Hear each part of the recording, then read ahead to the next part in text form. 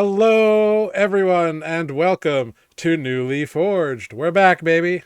We're back. Oh, I've got it. Thank you for the resubscription for 23 months, almost 2 years of backseat adventuring. Oh, Well, Oh if wow, has it been that long? yeah, well, if anyone was gonna backseat our adventure, I'm glad it's you. I've got it. Best mod out there. Nothing but love. NYC Zom just joined the party. Woohoo! Happy time to be back. All right. Well, hey, two resubs right off the bat. What a great way to start, huh? Thank you both very, very much. Um, wild, crazy. Welcome to Newly Forged. We are a 5e D&D homebrew. Uh, I'm getting an echo off someone. We are a 5e D&D homebrew play stream, actual play. We play in the world of Newly that came out of my brain. And these five friends of mine over here are brave enough to adventure in for good or ill or whatever. We are down an Amber for the moment. She will be with us shortly. She just has to finish up a few things and then she'll hop on. So Greg will be here in a bit, which is always fun and exciting. But yeah, so before we hop back into our crazy adventure times, I will need someone to roll me a D20. I believe I did it last Schwartz. time, so Give it up, roll it up, up. 15. 15 from Nereus. Okay. Oh, this is going to be fun. Sarah, that's going to be your only nat 20 of the evening. All right. So, please, beloved players, introduce yourself, your character, and answer the question, what is your character's favorite piece of clothing? This might be easy for some of you. I'm What sad. clothing? I'm sad we're not going to get Grig's answer though. We Although know maybe Grig's we answer. will if she hops in at the end. Maybe we'll get their answer. So let's start at the top of the stack with defect with Matt. Come on, Mike. hi, yeah. Welcome. My name is Mike. I play Defect, the Arcanaton Barbarian, and I'm trying to remember if he even wears clothes. I don't think he does. Have you been naked all this time? Have I been naked this entire time and not realized it? Well, your like I mean, body is stone and metal. yeah, it's metal, it's wood, it's cacophony of things, but I don't think it's clothing. So I don't Aren't you think wearing a it's tiara? wearing- Oh, yeah. Yeah, It's a but hat. That's That's clothing. clothing. yeah, okay. It's an accessory. It's jewelry. I don't know if it's But it's not my clothing. favorite. I don't point to it and Oh, say, wait. yeah, You have this a is my cloak. favorite. Wait, you have a cloak of billowing. Billowing cloth. You have the cloak of Oh my billowing. god. Wait, I need to I like how we all remembered it at the same time too. write this down so I don't forget it. So I can use it more often in the game. Mhm. Well, it should be Thank in your you all for- inventory. It is. Billowing. I've got it. Not defect revealing his wood to everyone. Oh, Wah, wah, wah. Wah wah. All right, so defect cloak of billowing. Check. Gotta love it. Hopping on down, we got Sarah. Okay, that's me. And I finished stuffing my face, so I can talk now. My name is Sarah, and I play Olive, who is a half orc druid. And I think at the moment she's pretty keen on this girdle of Grunk, even though it's still dormant. Like, pretty cool. Fair. That's clothes, right? Sure. Again, accessory, belt, who knows, whatever. Could be clothes. I don't know. I'm not a fashion person. Surprise. I kind of think know. other than that, she just kind of like, puts on clothes because it's cold out. Like, I don't think she's really up on high fashion. Fair. All right. Well, let's go to someone who is up on high fashion. Tanner. I am Tanner. I'm playing Nereus, the Azamar Sorcerer. Nereus is wearing only the finest silks. No, he's I would just say just his outfit that he wears that was made by his gran. Very nice. That's adorable. I love that. Sentimental. Yeah, And it's made it this far. so far. So now I have a new target to destroy. Your beloved clothing. Listen, counterspell. No. Hey, New lows for the DM. it is hard to counterspell an axe. I'm just saying. Shield? That might work. He doesn't get cold. If you take his clothes away, he'll just be running around naked all the time. That's true. I don't get cold. So maybe everybody wins. He's got very high charisma, remember? Right. True. Somebody has to. Yep. And then we got Matt. Hello, Matt, playing Spoot, Turtle Cleric. It's probably going to fall under the accessories category. But I was going to say his sombrero. Wait, you don't wear clothes either. I know. That's the Yeah. problem. Does anyone in this party wear clothes? More than half this My party l- does not go for clothes. Who knew we were all My l- naturalists here? My loincloth is my favorite. The net upon my shell. That would, yeah. Wait, Greg wears Oh. clothes. Oh, Greg does wear clothes, and we're about to get them Oh. back live and now in just What a moment. clothes? Clothes? I like clothes. I know everybody What's else the is a other day? naturalist. Question of the day is, what is your Clothes character's are- favorite item of clothing? Oh, Yes. my And Defect geriatric and Spoot cloak. have no clothing. Right? So, Amber, please introduce yourself, your character, and tell us what is your character's favorite article of clothing. Hi, hello. My name is Amber. I play Greg, the Goblin Artificer. And Greg's favorite piece of clothing is definitely my geriatric cloak. It's got all these pockets and shaggy bits, and it's Definitely. red. I mean, it's not Fantastic. just red. Fantastic. Whoops, I just realized I didn't update the episode number. Bad Oh. me. Gasp. All right. So- Well, now we're updated and it's all hunky-dory. Disaster Get a averted. do-over. Thank goodness. We're all good. We're all good. Great. And I am Jared. I'm your humble dungeon master here. I play everyone and everything else that is not these 5 glorious PCs. And for good or ill, that's my job. And Do they wear clothes? some of them do. You haven't. I don't know. you There's haven't some met portals in everybody. there. You haven't Fair. met everybody in the world, so who knows? True. In this multiverse. When we go up to the glacier, there's going to be a bunch of naturalists. Yeah, but it's that's okay because definitely- there's like a lot of hot springs up there, so don't worry about it. Right. Oh, like Right. it's totally Iceland. where they gather. Well, Oh, Lord. that all being said, welcome back, everyone. We had a week off, and now we're going to dive into Last Time on Nuuli Forged. Last time on Nuuli Forged, Greg and the Misfits delved deeper into the tunnels beneath the outcropping, encountering a group of dwarves and dark-skinned elves who laid ambush to them. The party quickly dispatched most, but kept one alive to question later. Unfortunately, they chose to drag the unconscious dwarf along after them, and that, combined with their previous injuries, resulted in the death of their would-be Oh, God. captive. Right.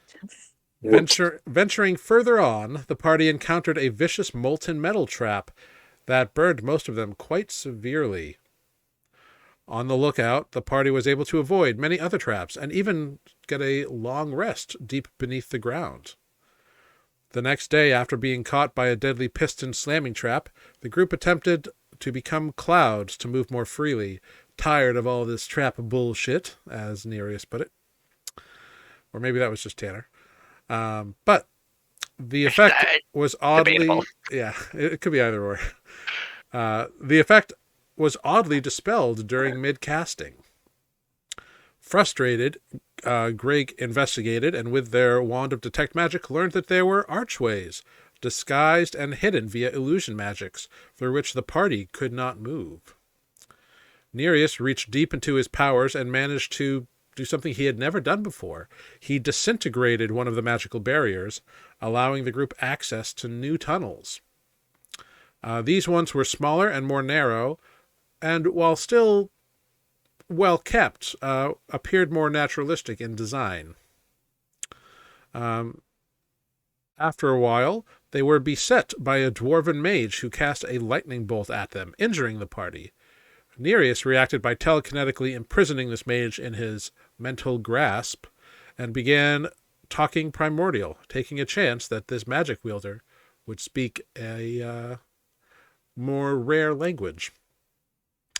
It paid off, and he was able to communicate with the dwarf, who accused them of being violent, evil invaders, and a bit of a tense conversation later, eventually managed to be convinced to bring them before a leader of some fashion. They released the dwarf, who told the party to follow him, where they were immediately surrounded by 30 or so figures that had been hiding in the adjoining tunnels. They were led back through to the main tunnel towards a defensive encampment. There they were brought before a dwarf, dressed in impressive plate mail, with a massive great sword with about a foot-wide blade across their back, and next to a tall, male, dark-skinned elf figure. The dwarven mage who faced Nereus translated into primordial. Commander Berna Granite-Tooth demands you explain your intrusion into the lands of the Citadel, or else be forcibly expelled. And that is where we will pick up with our adventure. The entire party is surrounded by a group of 50 or so dwarves and combined dwarves and these like dark-skinned elves. There's more dwarves than there are dark-skinned elves. This mage is sort of standing between you and this impressively attired dwarf, who has taken off their helmet and revealed a bit of a like 5 o'clock stubble kind of deal. Whereas many of the other dwarves have like long bushy beards. This one's is more like peach fuzzy for whatever reason. And you have been said that you're supposed to explain your missions here. However, given that none of you speak an easily understood language, you can see that the Commander Granite-Tooth, holds up their hand and says something in a language none of you understand, and another dwarf dressed in kind of like gray and brown robes comes over and approaches a couple of you, mainly Nereus here.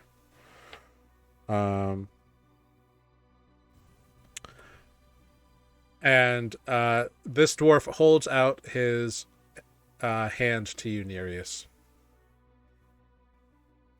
I'll hold my hand out. Great. So this rough, stubby little hand kind of grabs on you, and you hear the dwarf mutter something. And then he steps away and nods towards the commander.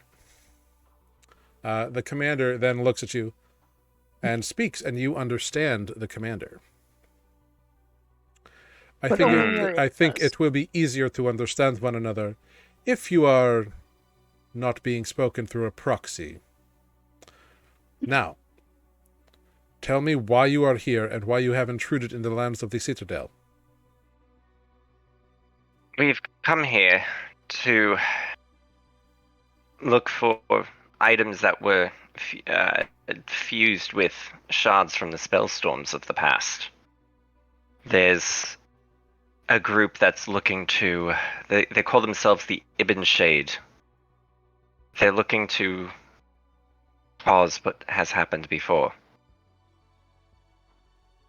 Describe this group to me.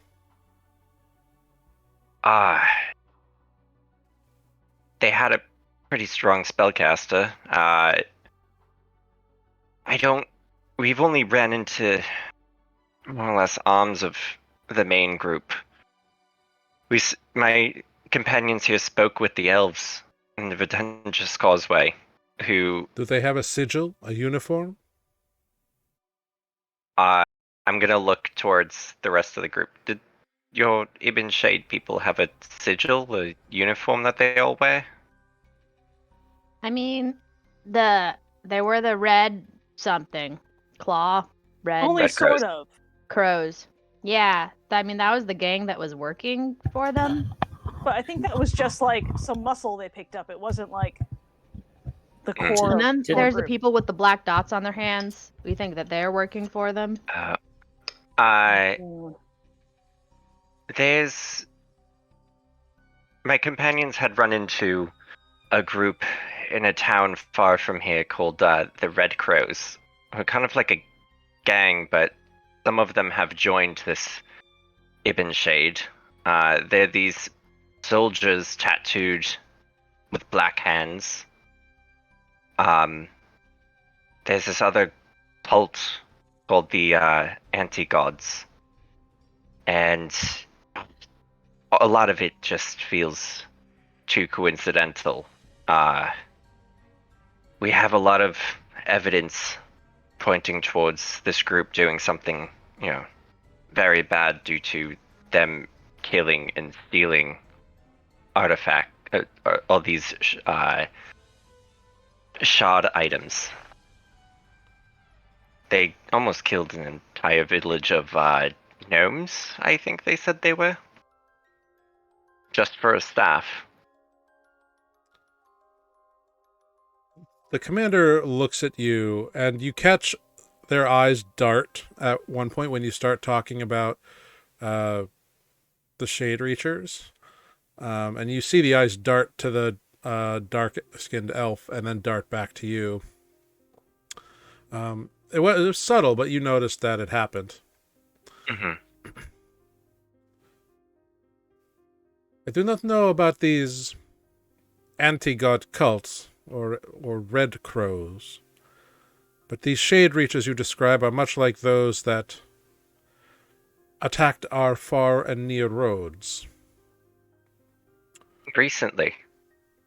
Yes, recently, which is why we are suspicious of you. I can understand that. We did not come looking for conflict, and I am very sorry that... And yet you killed 5 of our people. 5? To be fair, we were attacked. I know we were intruding. We didn't know how to, knock on your front door. And the thought of immediate surrender never entered your mind. Well, some of my companions are a bit reactory. Yes. As are my forces. Many of them wish to kill you on sight right now. And it's completely understandable. I wish to help there's something coming, and they're trying to collect these items for a very bad purpose, and we're trying to stop them. And they've been killing for them, and they know you're here, and they're going to keep coming.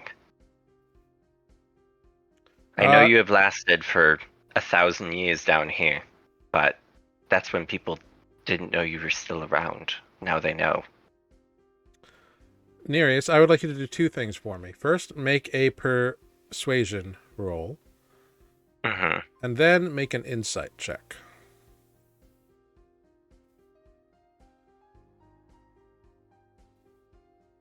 And Nereus is the only one that can understand all of this that's going on. Correct. I'm gonna try to loop you guys in a minute. You all can understand Nereus, but and it seems like this dwarf commander can understand Nereus.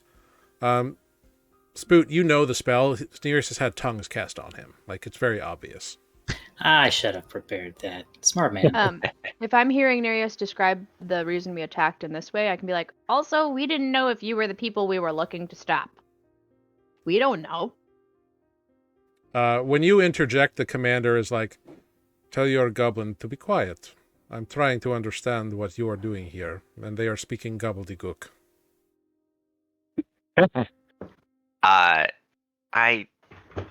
Hold on, Greg. Just Just give me a saying. moment. Fine. Okay.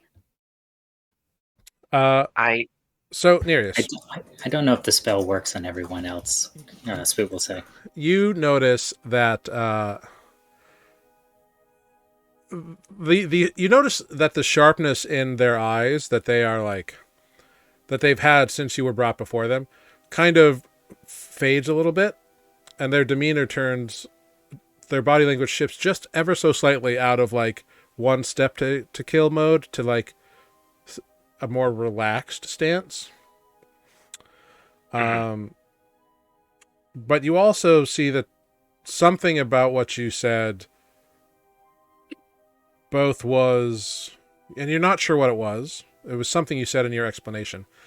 Something at once both made them tense up and relax at the same time. It's a weird reaction, and you don't quite know what you said that garnered it.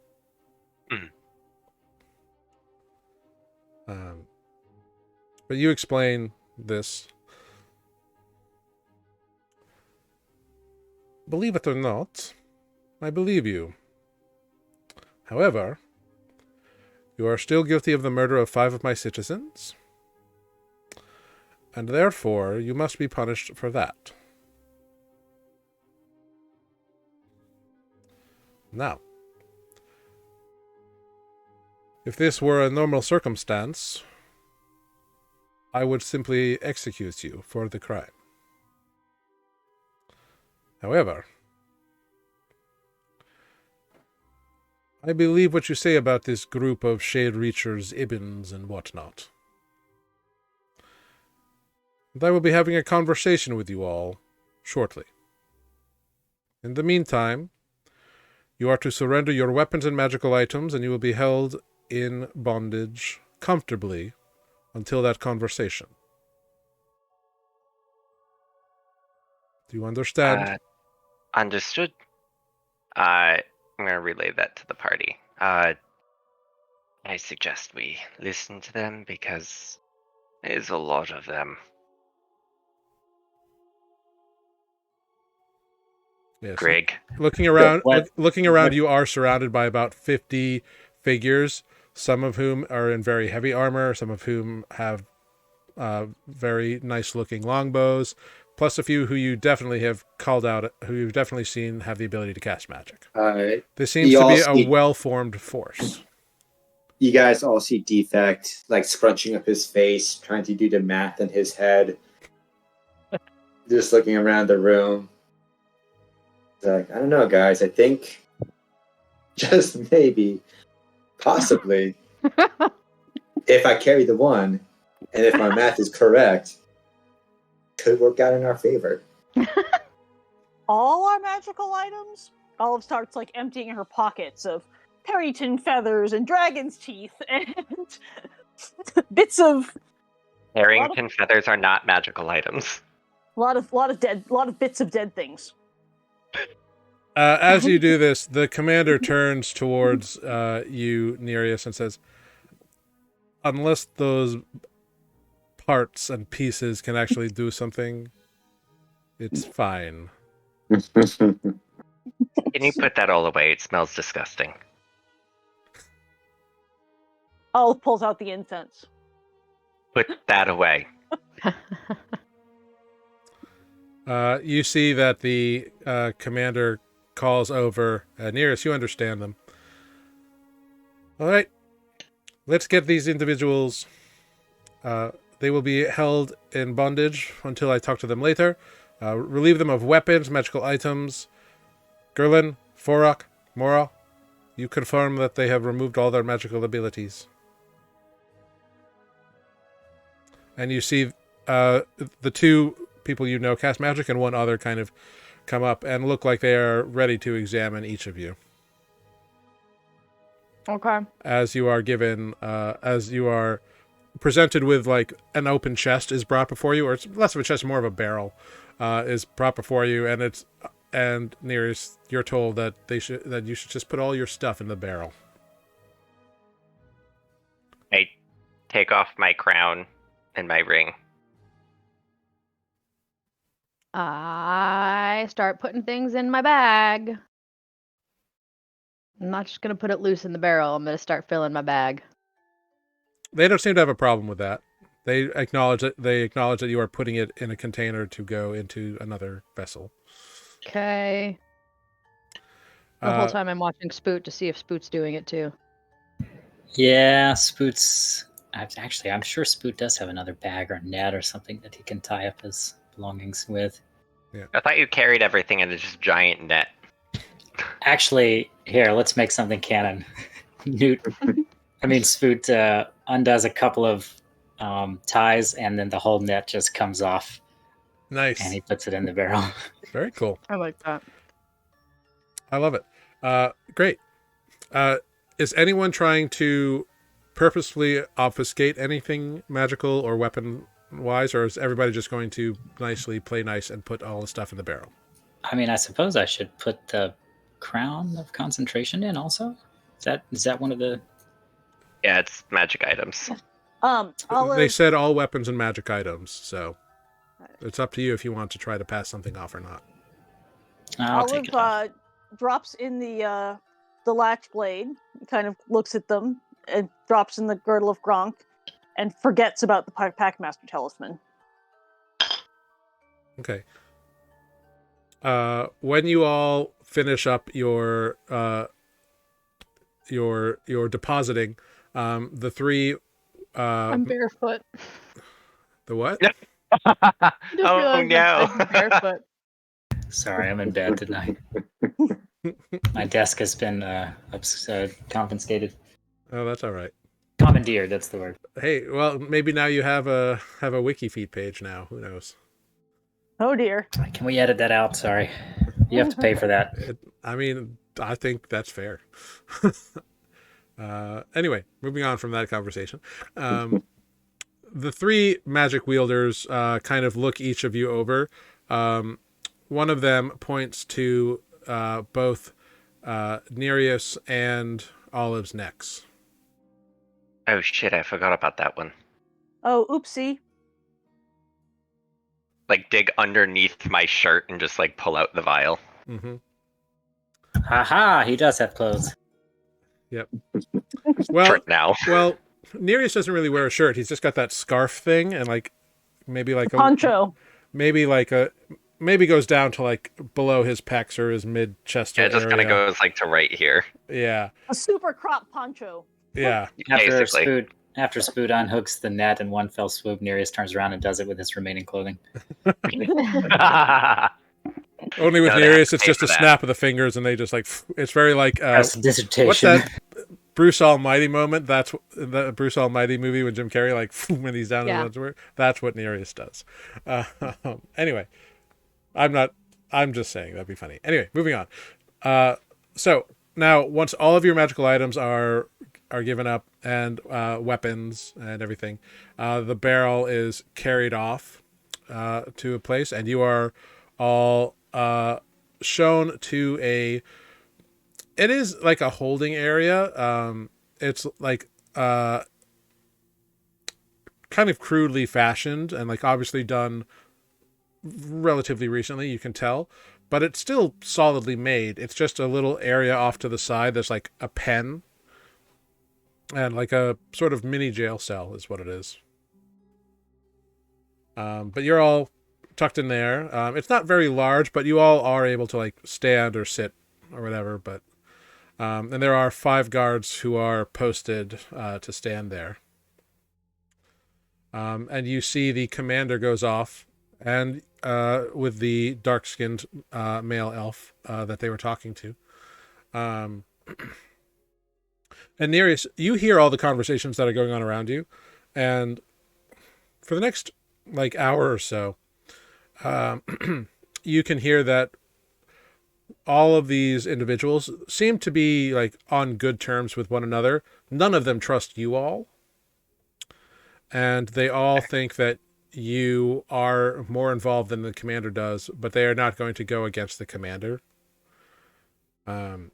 Nereus, I'd like you to make a perception check for me to see what exactly you pick up.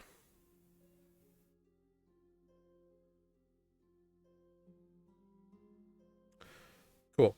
Believe it or not, it's not that high of a DC, so a 9 is pretty good, because they all kind of have forgotten that you can understand them, because it's a magic thing, and they're like, it must be over now, because these are not the magic users. These are just soldiers and whatnot. You garner that the reason they are like on high alert and even have this encampment now is because of an attack about 2 weeks ago. Mhm. And there's an amount of both shame and anger involved in their conversations. You don't get all of it, but you get the vague sense that the attacks on the road were a distraction, and the big attack happened while the majority of the forces were out dealing with the smaller attacks. But that's the Wow. closest you got. I don't think they like us, guys. What was I your feel first like we tip get off? that a lot. I mean, I miss my items. Yeah, my feet are getting cold. That does suck. So Defect, how you feeling? This is the first time I've seen you with no axe. Don't remind him. yeah, no axe and no great sword across his back either. Oh yeah, no great sword That's too. also tier. Um, I'm definitely feeling very naked without the net on, I must say. I'm Funny gonna. because we were talking about clothing earlier. I can't think Yeah. of the last time I've taken the entire thing off. Wait.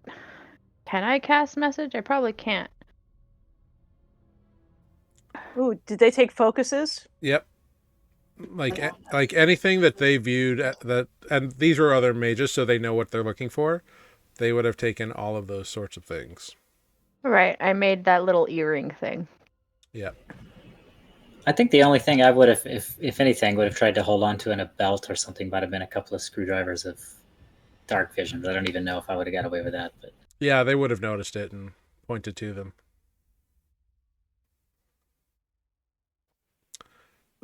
Did Greg give up all of their screwdrivers? So all Greg needs are tools, right? I mean, I have non-magical tools. But don't those count as your arcane focus? No, only certain ones do. Yeah. It's Oh, the okay. I ones thought it that was are all. I thought it special was once just I get general bonus. tools. They can I like can still make make stuff. them, but yeah. Mhm. But also these individuals are well versed in tools and tool lore, so they pretty much stripped Greg down to like nothing because they were like, we're not putting you in a jail cell and leaving you a screwdriver and a hammer and a crowbar. What But could what about possibly my go little wrong? toolers pliers? Come on. They know what like lockpicks and stuff are. So they eventually, about an hour and a half later, um, you are all the cage is unlocked, and you are brought forth. There's that dark skinned elf male who was with the commander enters the cage and looks at you all and speaks in a language some of you understand. He speaks in Elvish. Nope. Do any of you I understand understand. me now? I do. He looks at you. Excellent. So you can tell your friends that I'm about to bring you to the commander for a private audience.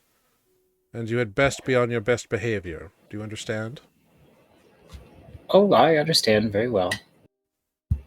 Everyone, we're gonna have a little private audience with the commander, and we have been. It's been requested that we are well behaved, and Spoot will cast a harmless little pause glance at Krieg. I'm just Did they say- cold. This is just my cold face. Did they say well behaved or our best? Because our best might not be well. Well behaved, so better than our best, if possible. um, so after you've done so, this dark elf nods. Very well. Follow me.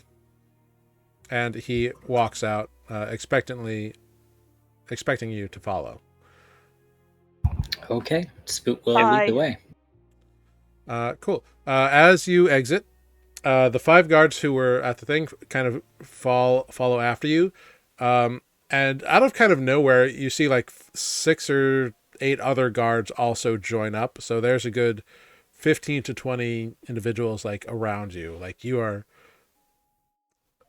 not like a pickpocket. You're not being treated as pickpockets. You are being treated as potential threats. It is very obvious. Oh, rude. They find us very No, I dangerous, think so this is let's not awesome. give them any reason to, to be a little more nervous. We are dangerous. As you're Right, as you're being That's true. walked, yes, as you're being walked over, Spoot, the dark elf looks to you all, and looks at you, Spoot, because you understand him, and speaks to you in Elvish. What are you really doing down here? Oh, we really are searching for. Wait, what? What's the funny? No, I just think it's funny. It's trying to like divide and conquer. What are you really doing here? And like, I know we're what just I know telling what the the truth. humans said, but you obviously Yeah. have some level of education about you, for you speak my native language. So, Excuse you. Well, it's Well. you must forgive me. I don't get to practice it very often. Mostly reading it, but and at this point, Spook can only assume that Nereus told him the truth because that's all Spook's gonna do. I did. Uh, You guys understood me because I was using. I Oh was yes, under that's yeah, right. John's. We you understood you, not the Nereus. other way. Yeah. Yeah. Yeah, I will tell him that we really are searching for some pieces of the shard fragments. We were led to believe that one was here. We have had run-ins with a dangerous group that has been known to kill people to get the pieces for themselves. And we can only assume that if they gather enough and of the right pieces, that they will have some powerful magic at their disposal. And so we're trying to prevent them by collecting the pieces ourselves and keeping them safe.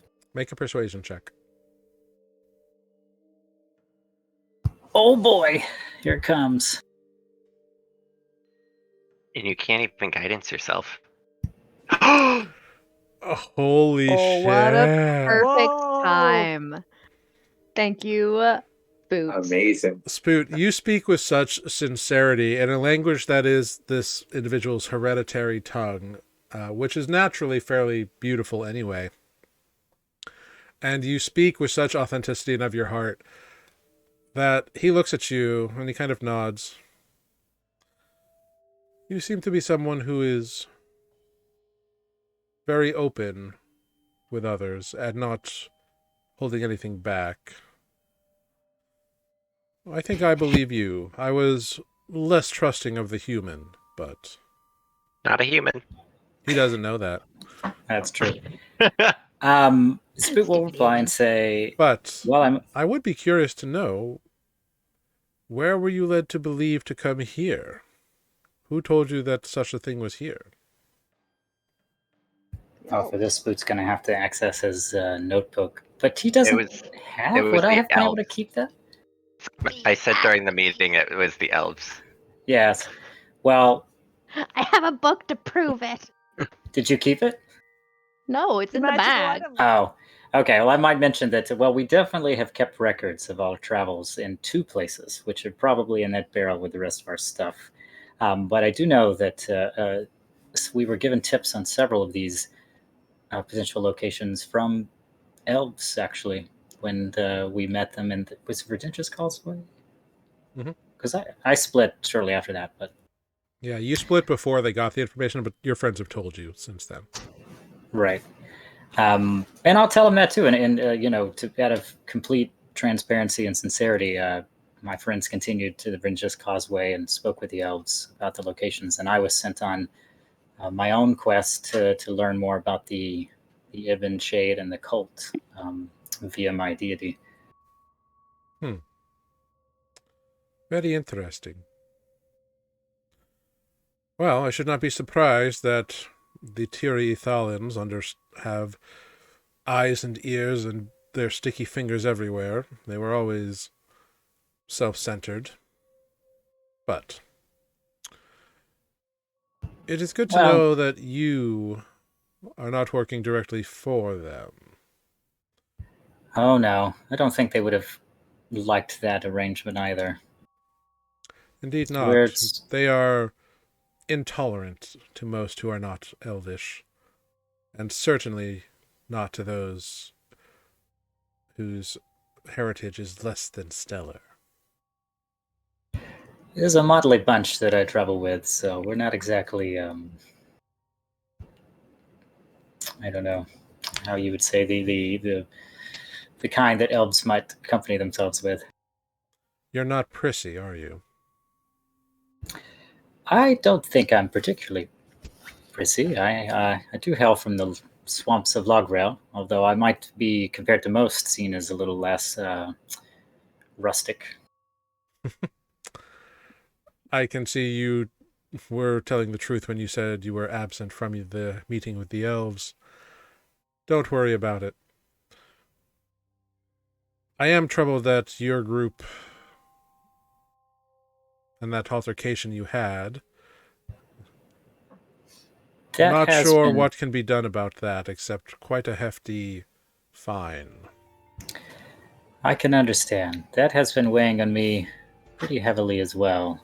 I mean, for what it's worth, I am very sorry that it came to that at all. I must admit, our party has been a little defensive and jumpy in most encounters because we've gone through some tribulations of our own and experienced some losses ourselves, which I think is perhaps negatively given us a little um, combative nature out of defense. That is, of course, to be understood in an adventurous lifestyle and a dangerous one. Nonetheless, I'm sure there must be... Well, it is not my place to say what the punishment will be. It is for you to defend yourself when the time comes. Well, that's understood, and I trust that the judgment will be fair. I know that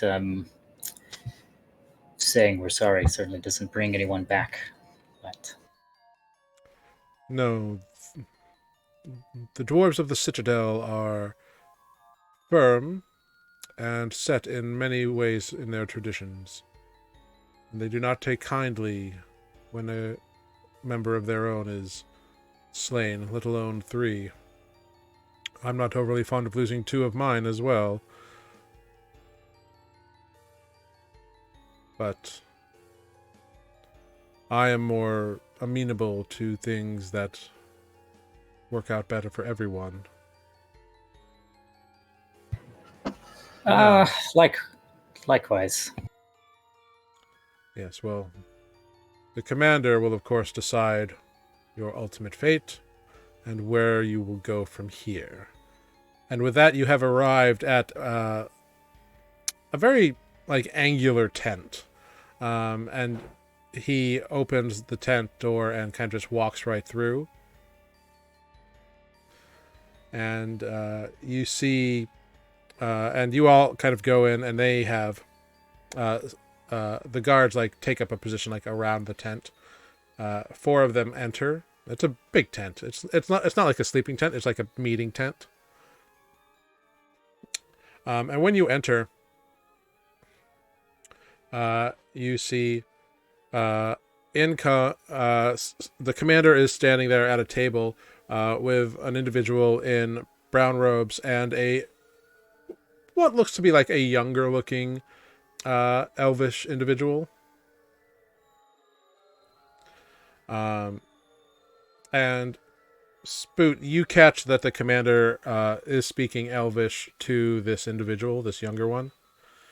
And you hear them say, "All right, Gotti.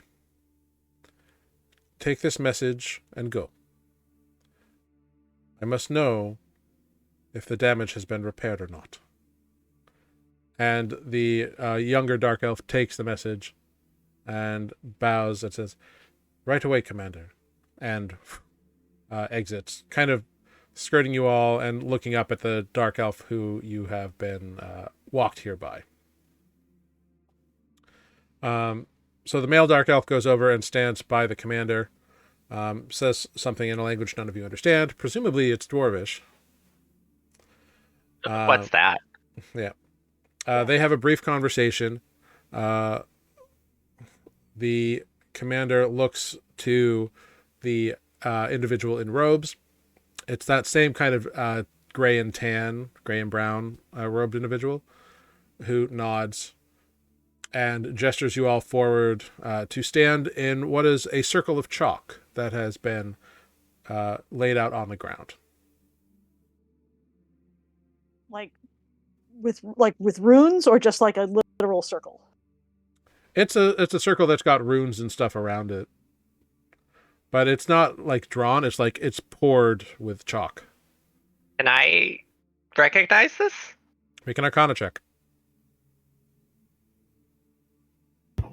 I'm wondering the same, although I doubt I do. Ah, fuck, no, we're gonna re-roll that. I guess I can, even though Arcana is Yeah, one of those any things I'm of you terrible at. who cast spells can make an Arcana check if you want. That's better. There you go. 21. 16. Cool. Yeah. 3. Nereus and Grig, you recognize the runes, and Spoot, you absolutely do as well. It's divination in nature. It's like divinatory magic, and you get the sense that it's based in communications.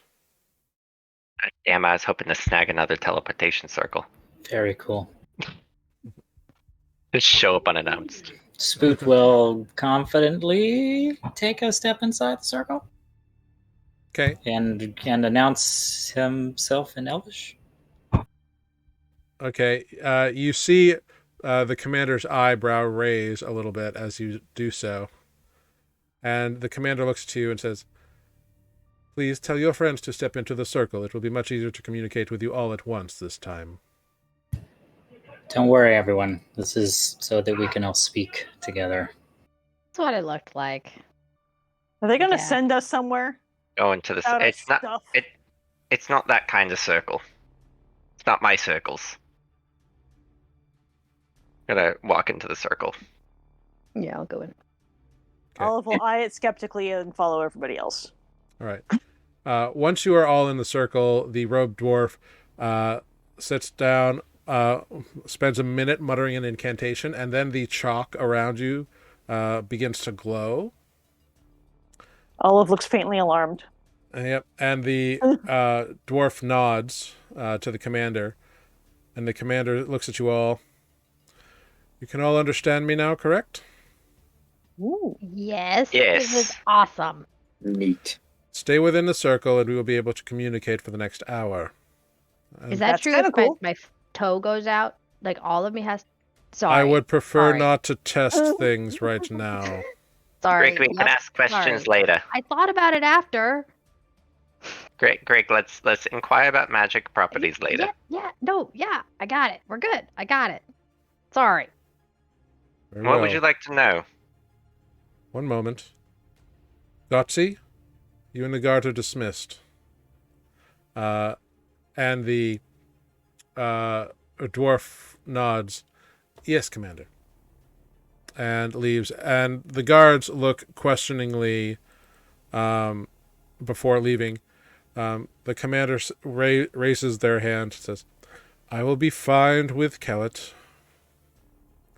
And so the guards leave and position themselves, presumably right outside the door. Is Kellet the one that hit us with lightning earlier?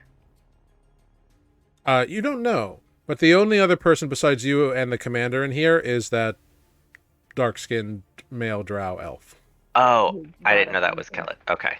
Well, you I don't didn't know know that if it it was- is, but that's the name you heard. Now we do. I Olive's just didn't know if it was the same mage from earlier.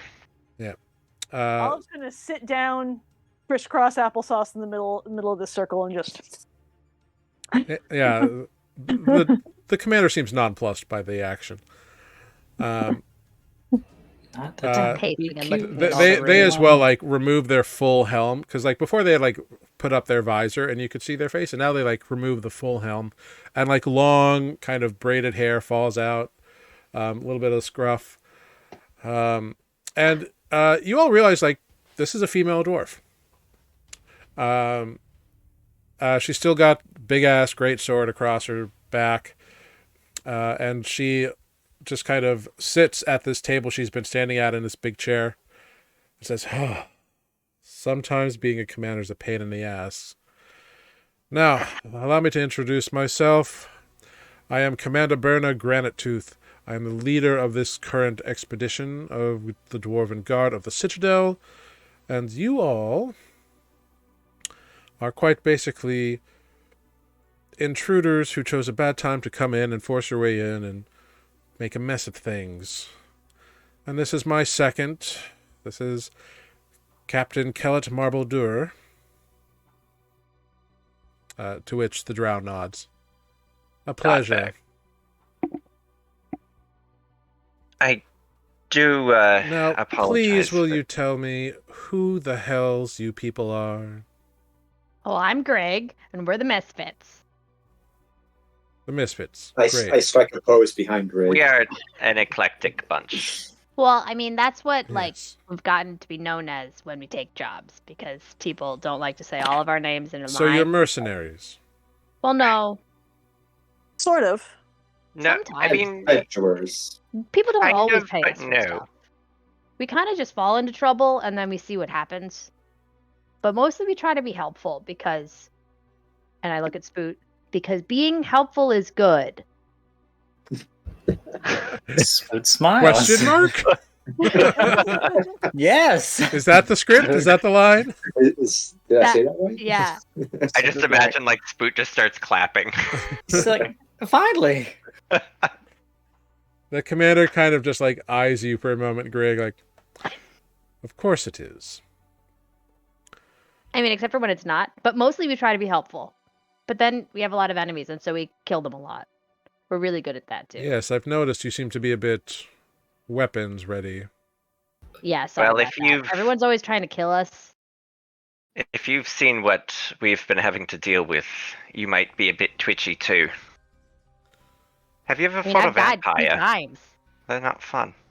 No, we've had our fair share of troubles in the various catacombs and whatnot, but that is not the point. The point is, you have all arrived claiming to be searching for something to save the world, but in so doing, instead of telling anyone that, you just killed the scouting party who was defending their home. Which is very regrettable, and Indeed it we is, are because very now sorry. it puts me in a position where I can't just outwardly help you. Well, I mean, Spoot here is quite powerful with magic and has brought several of us back from the dead. We don't have many diamonds left, but I think Spoot might be able to maybe bring some of them back if you guys have diamonds. He looks at you, Spoot. Or she looks at you. Is this true? You have the ability to return the dead to life? It is true, if we can find the resources. Perhaps if you are willing to perform this endeavor, certain charges might be dropped. I will certainly try. Again, we don't have the diamonds needed ourselves. I don't know if And what sort of quality diamond would you require? I don't know how to describe the quality other than just assigning a value to it, but Spook would describe them as a little bit higher than normal. You know, I think the last time we bought one, it was about 500 gold at the market. Yes, And you well, also have to have unfortunately, I'm not people quite willing sure to what help. that value would equate to down here. I think. But do I we- will inquire as to our... I will make inquiries and see if such things are available. I mean, I could probably Our priests are capable individuals, and perhaps they might be able to assist in the quality of diamond that you need. having seen a couple of different varieties in the past and using them, I might be able to, determine if what you have is. I can help. And Greg is good with shiny things. Greg also does have an eye for gems. Shiny things are nice. Indeed, they are. Now, Also, you have to have people who can help. You have to ask them to come back. It's a ritual, but he does have the magic for it. So, like, if nobody Presumably they- liked one of these soldiers, then maybe that wouldn't work. Presumably they want them back. Or Right. They wouldn't be asking. Interesting. It's just it's a process to bring the soul back to the body. True. Yeah. I can imagine. Like, I was dead once. Twice. Twice now. It's see. weird. Well, I will make inquiries. Kellett, will you please see to this? Yes, Commander, of course. And Kellett exits, sticks his head. He doesn't do a full exit, but sticks his head out and says a few words in Dwarvish and has a brief conversation, and then returns to the commander's side. It is done. We are making inquiries to see if such things can be rectified.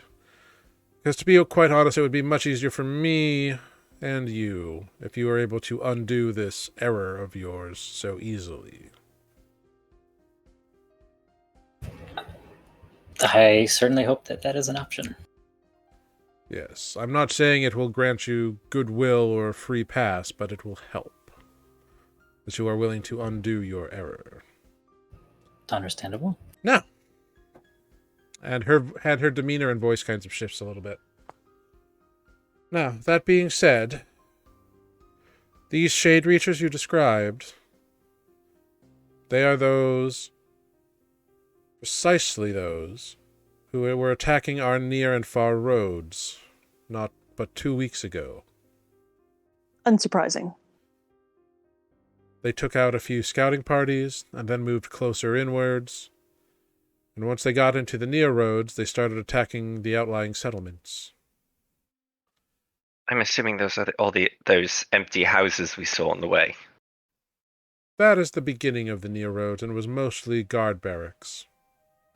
Ah. Beyond this point, if you continued down this road, you would find homesteads, dwellings, inns, stores, real civilization.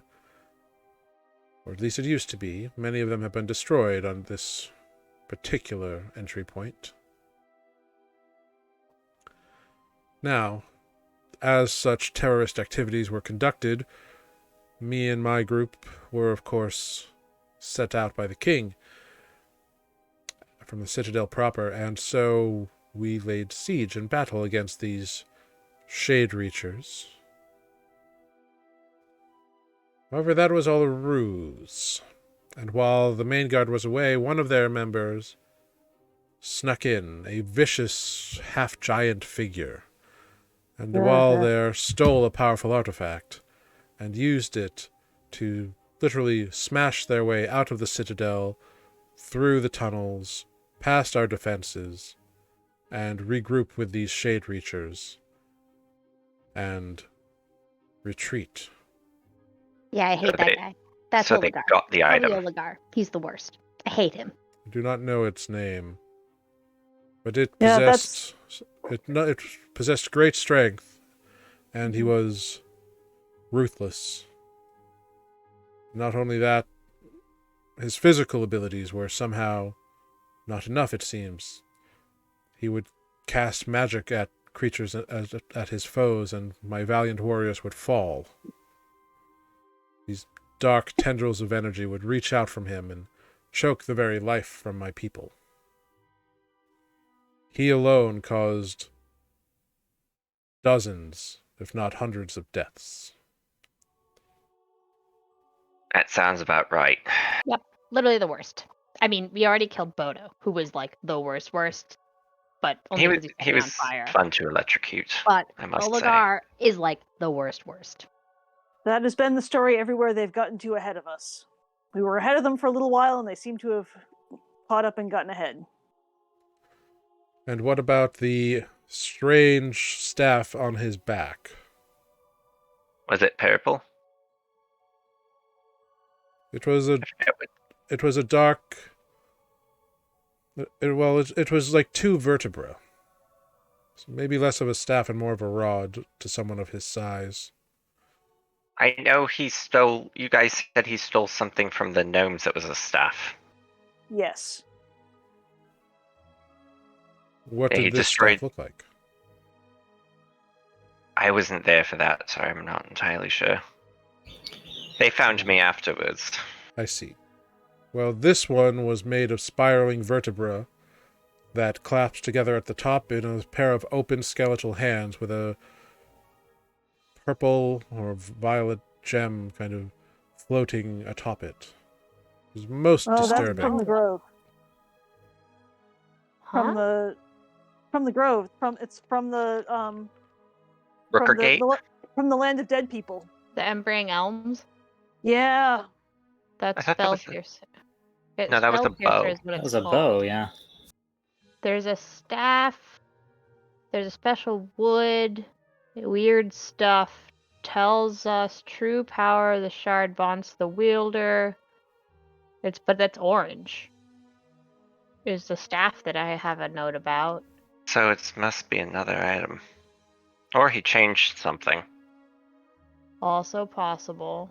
Either way, that's not good that he has yet another. I mean, yeah, we don't know where all of them are. We just know, like, a hint of, like, well, the last time I heard of it from this historian guy who gave me a book that I have to talk to every day. Oh no, I might die. Oh, that is true. When's the last time you spoke to the book? I mean, last night, but You've got a yeah, few so I days. made an agreement with this elf. In order for him to tell us stuff, we had to tell him stuff. So every night I have to talk to this book, and then I have to get the book back to him. So anyway, I'd appreciate it if I could talk to the book. You can listen to me talk to the book. I tend to just tell it like everything that happened the day. Sometimes it's something interesting, and sometimes I'm just telling the book because I have to tell the book.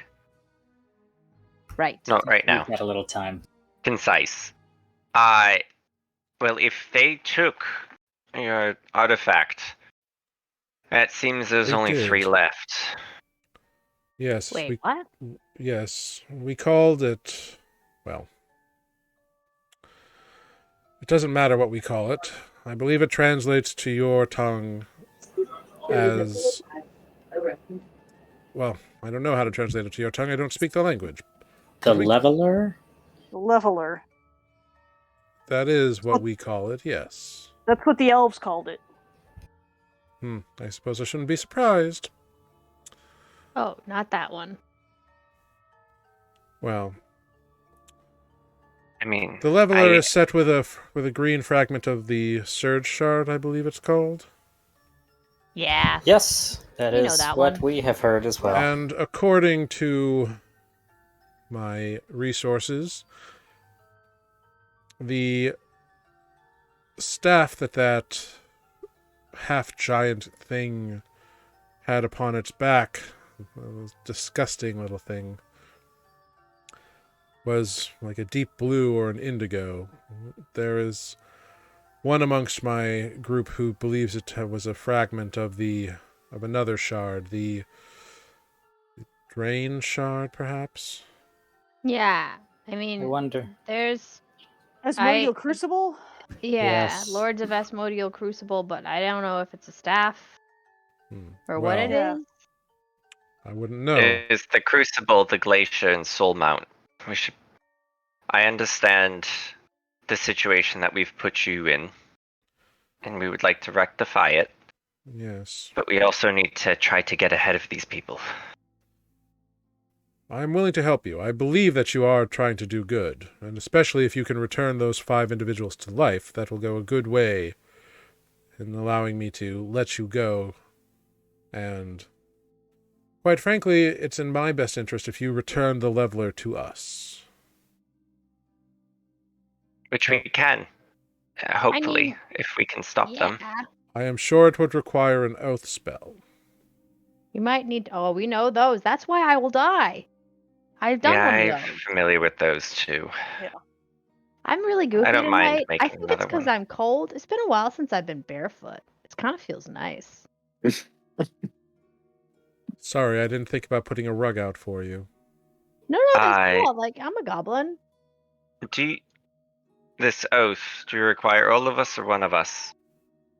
I'm sure one would suffice. But that is not really my call. I have to get authorization from the king, first of all. But I wanted to have this meeting before I made my recommendation.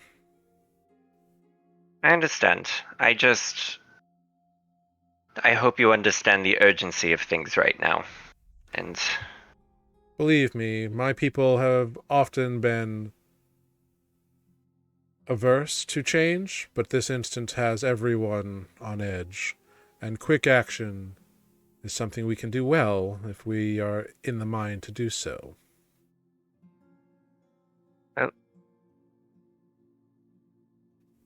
I'm sure if we can get the diamonds, we wouldn't Spoot. If Spoot still has enough magic for the day, could maybe start. No. Oh, that's unfortunate.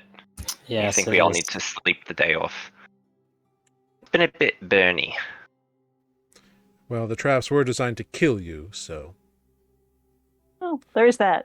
the fact Yeah, that you're there's- They're still really here is cool quite traps. impressive. I'd really love to learn more about the mechanisms because they clearly have existed for a really long time and they're really well made. Yes, I mean, they some are of it over is- 500 years old, It's amazing. and they still function, which is nice to know. And that barrier yeah. was one hell of a thing to destroy too. That is much older, and much more than I know. But suffice it to say, I'm not sure how you got in, because you're not supposed to be able to without a dwarf.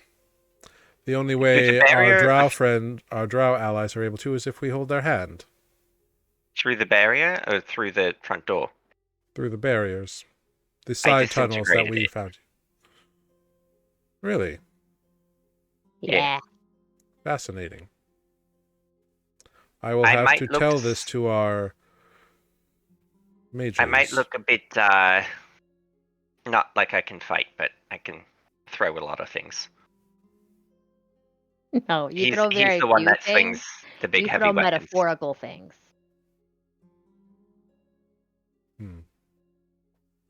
Well, that's a discussion for another time in another place. Now, and she looks directly at you, Spoot. Do you have the capability to return any of these dead to life today, or not?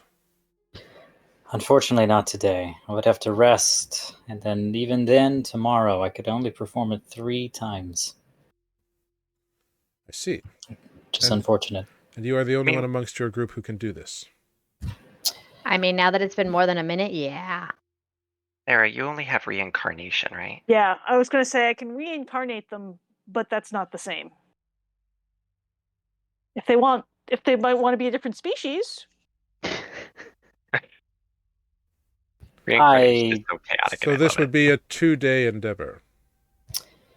It would be, although Nereus is right, obviously time is against us. I would be willing to stay behind until my task is finished if it is possible to release my companions on the hopes that I can Unfortunately, complete all of no. this. I'm sure that will be a non-starter. It will be either you do it or you don't. Well, if we can get this done, we can get to the surface, and Olive can tree teleport us closer, and then we can, fly there. Try to get it done as quick as possible. Okay, or what if this whole gang comes with us part of the way and you could travel with us as prisoners and then we do a couple dudes, like wake them up, and then we rest and then we keep walking. You want to I'm so walk with tired an army of- and a bunch of dead bodies? It would be easier just to Yes, we'd be teleport on and the fly. road. Well, we could be on the road, and then you all could help reclaim your thing if we can catch up with them. Although we don't know entirely where they would be going precisely. We haven't figured out Greg. where. Greg, armies don't seriously. move that fast. We move don't a have the lot whole faster. army. We We can move just a lot teleport. faster than that. Yeah, we can just We don't teleport know and turn where it. they're going. Let me save you all some conversation. You will not be leaving here until the 5 are resurrected. But what if you go with us? We won't leave your custody. That is a much more invested process. It takes 3 days to move this camp. That sucks. Let's just That's get war. this done, and then we can just teleport and then fly there. Fly where? Teleport and fly where? If we're trying Soul to chase Mount. them, we can't chase them. We're not chasing them. We're going to Soul Mount. We're going to collect the rest of the items, and then we go fight them. We can't fight them the way we are now. Well, no, At right least now I don't have shoes. Oligar. It's at this point where a dwarf enters, and they are wearing like a cuirass, like a metal plated armor with a tabard over it that's got a big like the image of a hammer and flames, Ooh. carrying a box, and they enter. Oh, sorry, Commander. I brought what I believe will be sufficient materials for what was described to me. Ah, Uh, very good. Come.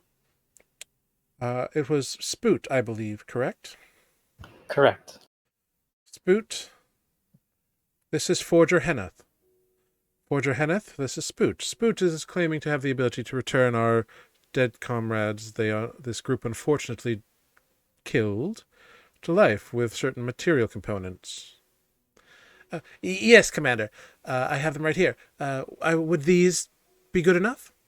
And you see, he opens the box. Sorry, the forger client that was introduced opens the box, and you see inside 5 diamonds. They are some of the clearest diamonds you've ever seen, and they are smaller than you would imagine, but they are decidedly high quality. And they are cut and fashioned. They are not raw diamonds. They are exquisitely carved or cut, and they're flawless. The gods will be happy with those. Uh, They're Spoot, pretty. you can tell by looking at them that these are more than enough to cast Raise Dead. These are perfect. The most beautiful diamonds I've ever seen. Excellent. Yeah. Excellent. Then in the morning, that is what we will do. I will round up individuals for... You say you need comrades to help in this endeavor of the fallen? Yes. Yes, it is helpful if there are others that can.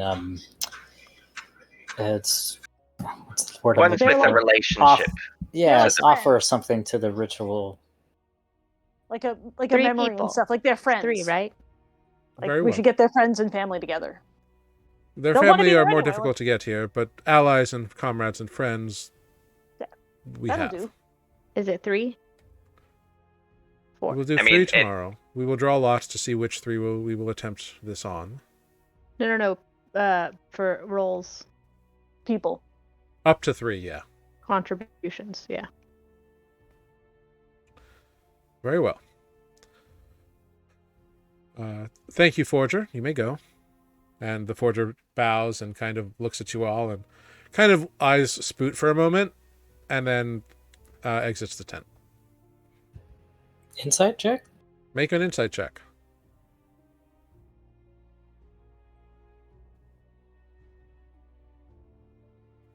Ah, Aw. With a 12, it was very easy to recognize.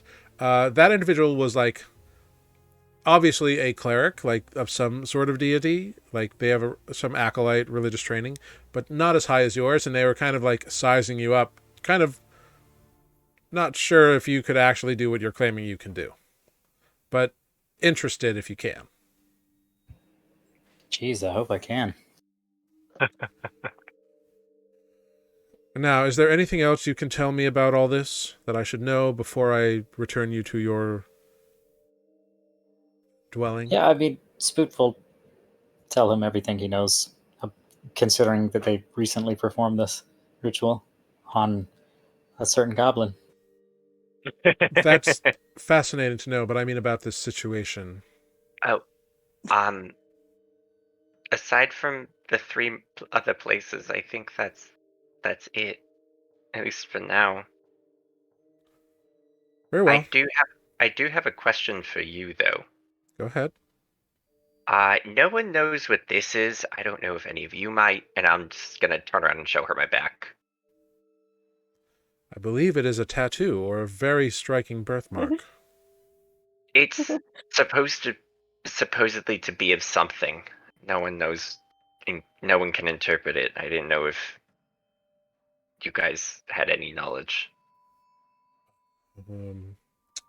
I don't, but I can ask one of my mages to look over your back and see what it might be. That's really nice of you. Well, it would It not be a magic. gentle observation, let's say. It would be more of a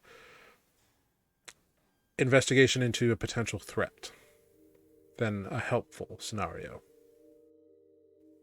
Well, I mean, I don't know. It magically appeared one day, and then I started having visions of a coming big storm, and I feel like this has something to do with it. Interesting. Wait, What? do we even know this? No, First time you're hearing about it. Greg is like, Huh. what? We could have helped. Well, I'll see if I can do anything. If that is all, I will have you return to your room for the evening. Sounds Oh, good. break Can I means just shoes. test? Oh, well, yeah. I mean, if I could just get a moment with my bag. I promise the only thing I'll pull out is my normal boots. I didn't really think about that. Also, before we go, as we go, if this has time, can I like stick my arm out and we can see if it still works? Unfortunately, I cannot return your gear just yet, but Okay, that's fine. I can provide you with boots or some sort of foot wrappings, I'm sure, if your feet are Yeah. cold. Yeah, that sounds good. I think barefoot time is done now. Yeah. Very well. And then Greg steps on a pebble. Oh, ow. The floors are like really clean here, like well kept. It's not very grimy and dirty. You stick your hand out. Nothing happens. Like you can still understand the commander as they finish their conversation. That's awesome. Okay, what if I stick like half of my body out? If they're Yeah. done talking to me and they're not going to yell at me, I might just like keep inching body parts out until like my head is the only thing Yeah, in. Is that the second in command, the drow goes and summons the guards in, and as they're entering, you kind of like take a half step out, and once a part of your body is out and touching the ground outside, you can no longer understand anyone in the room. okay when it touches? Okay, cool. Yeah. What if I keep my feet in and my head goes out? If you just like bend out, Yeah. you can still understand them. Oh my god, that's awesome. So I'm touching the magic. Seems to be, or at least you're contained God. within the area of effect of the magic. Right, but only like if I'm not touching the floor outside. Seems to be. Oh my gosh. I mean, the chalk is on the floor. right? There's a magical plate and we're standing on it. And as you reveal this to your friends, you are all ushered and returned to your room for the night, as it were. Spoot's like a little proud that they took the time to explore that, though. Yeah. It was very quick, sort of like you got two kind of things to test as the second was leaving and the guards were coming in to escort you. Once you are returned to your cell, the individual Spoot, who you now know is second command, Kellet Marbledur, looks at you and says in Elvish, "I really hope you can do what you claim. Now get some rest. You have a busy morning and a lot riding on it." And he leaves you there. Spoot just lets out a big sigh. Yep. Gonna be doing a lot of praying tonight. Yes. So you all settle down for the evening, or whatever the evening equivalent is. The camp seems to like go into like rest mode, so you all kind of assume I guess it's bedtime. Hard to tell without a sun necessarily, but it feels like it's time to get attempt in a long rest. So you all do, and you lay down to sleep. As you sleep, Spoot, you are dreaming yet again of a long meandering road laid out in front of you that disappears over the horizon, and you're just traveling down it. And as you travel down it, you can sense a figure walking next to you.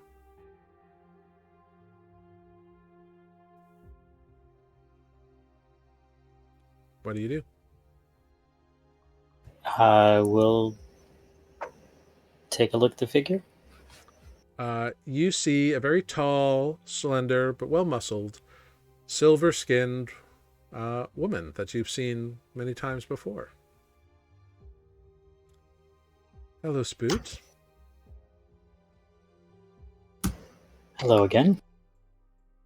Your paths have taken you deep underground, it seems.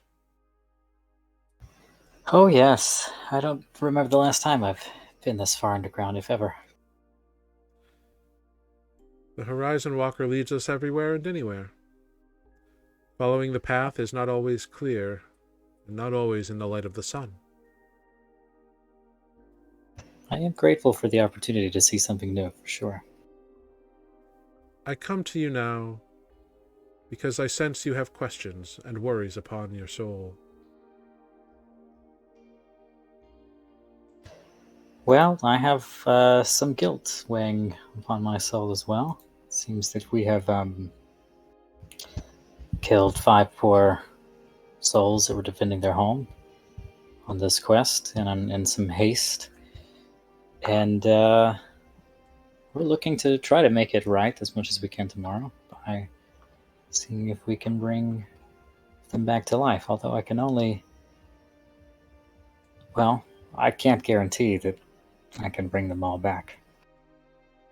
No, such things are difficult and have a limited time frame. You are powerful in the ways of the Horizon Walker. Your faith and dedication grants you this. The Horizon Walker appreciates it. And if you are doing this out of the goodness of your heart to alleviate guilt and undo a wrong you unjustly committed, then I think that will weigh heavily in your favor as you attempt such an endeavor.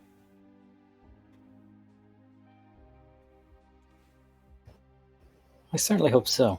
It will be a long process, and it will take a couple of days. And the other fear I have is that we are losing time constantly against those that we are seeking to stop, as it seems they have already arrived here prior to us and taken the very thing we were hoping to acquire. Yes. I can sense many obstacles in the path coming soon. The path is blocked, and new paths are being written and created. Spoot, as a rule, the gods cannot directly interfere on Nuuli anymore. As a result of the breaking, which was the last great unification of the pantheons, the wars that the god raged will never set foot here again because of the death of one of their own.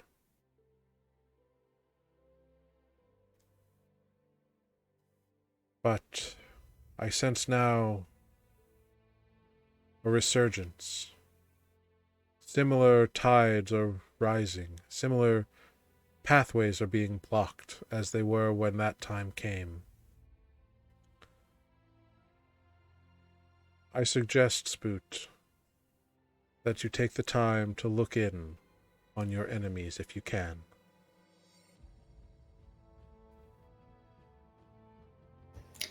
Look in on my enemies. I'm not sure I know exactly what you mean. We will have to try. And I will. I certainly will. And as you nod your head and say this and look towards them to say that you will, she's gone. Look into your enemies. I'll repeat what she said again. She said look in on your enemies, but that's okay. Just for your note-keeping purposes. Yes, thank you. I did that so I could correct my notes. Yep. And it made for a good narrative. Yep. and your dream returns to a normal sort of spook dream. Fishing. Fish pie, fish pie, Ah, fish. fish. Nereus, Ooh, eel pie. as you sleep, you dream of a storm, but not of a natural storm, one that you are acquainted with. This storm is not raging, it's not a tempest upon the sea. This is more otherworldly, strange, different. And at the heart of the storm, you see a feminine figure, arms raised up and out and laughing. And you see the storm itself begins to take a shape of odd appendages, a conglomeration of arms and tendrils and legs and tails. And one of the tendrils wraps around the female form and raises it up as she laughs. And the laugh is not maniacal. It is a laugh of ecstasy and joy. And as you rest and you have this strange dream, you see other figures beginning to appear. Some of them look humanoid, halflings, elves, but with strange differences in their forms. Glowing eyes. Some of them have an aura about them or a shining disc behind their head. Some of them have horns. Some of them have tails where they normally would not. Some of them appear to be partially goblinoid. Some of them appear to be partially elvish. As far as you can tell, there is not a quote-unquote pure-blooded individual here.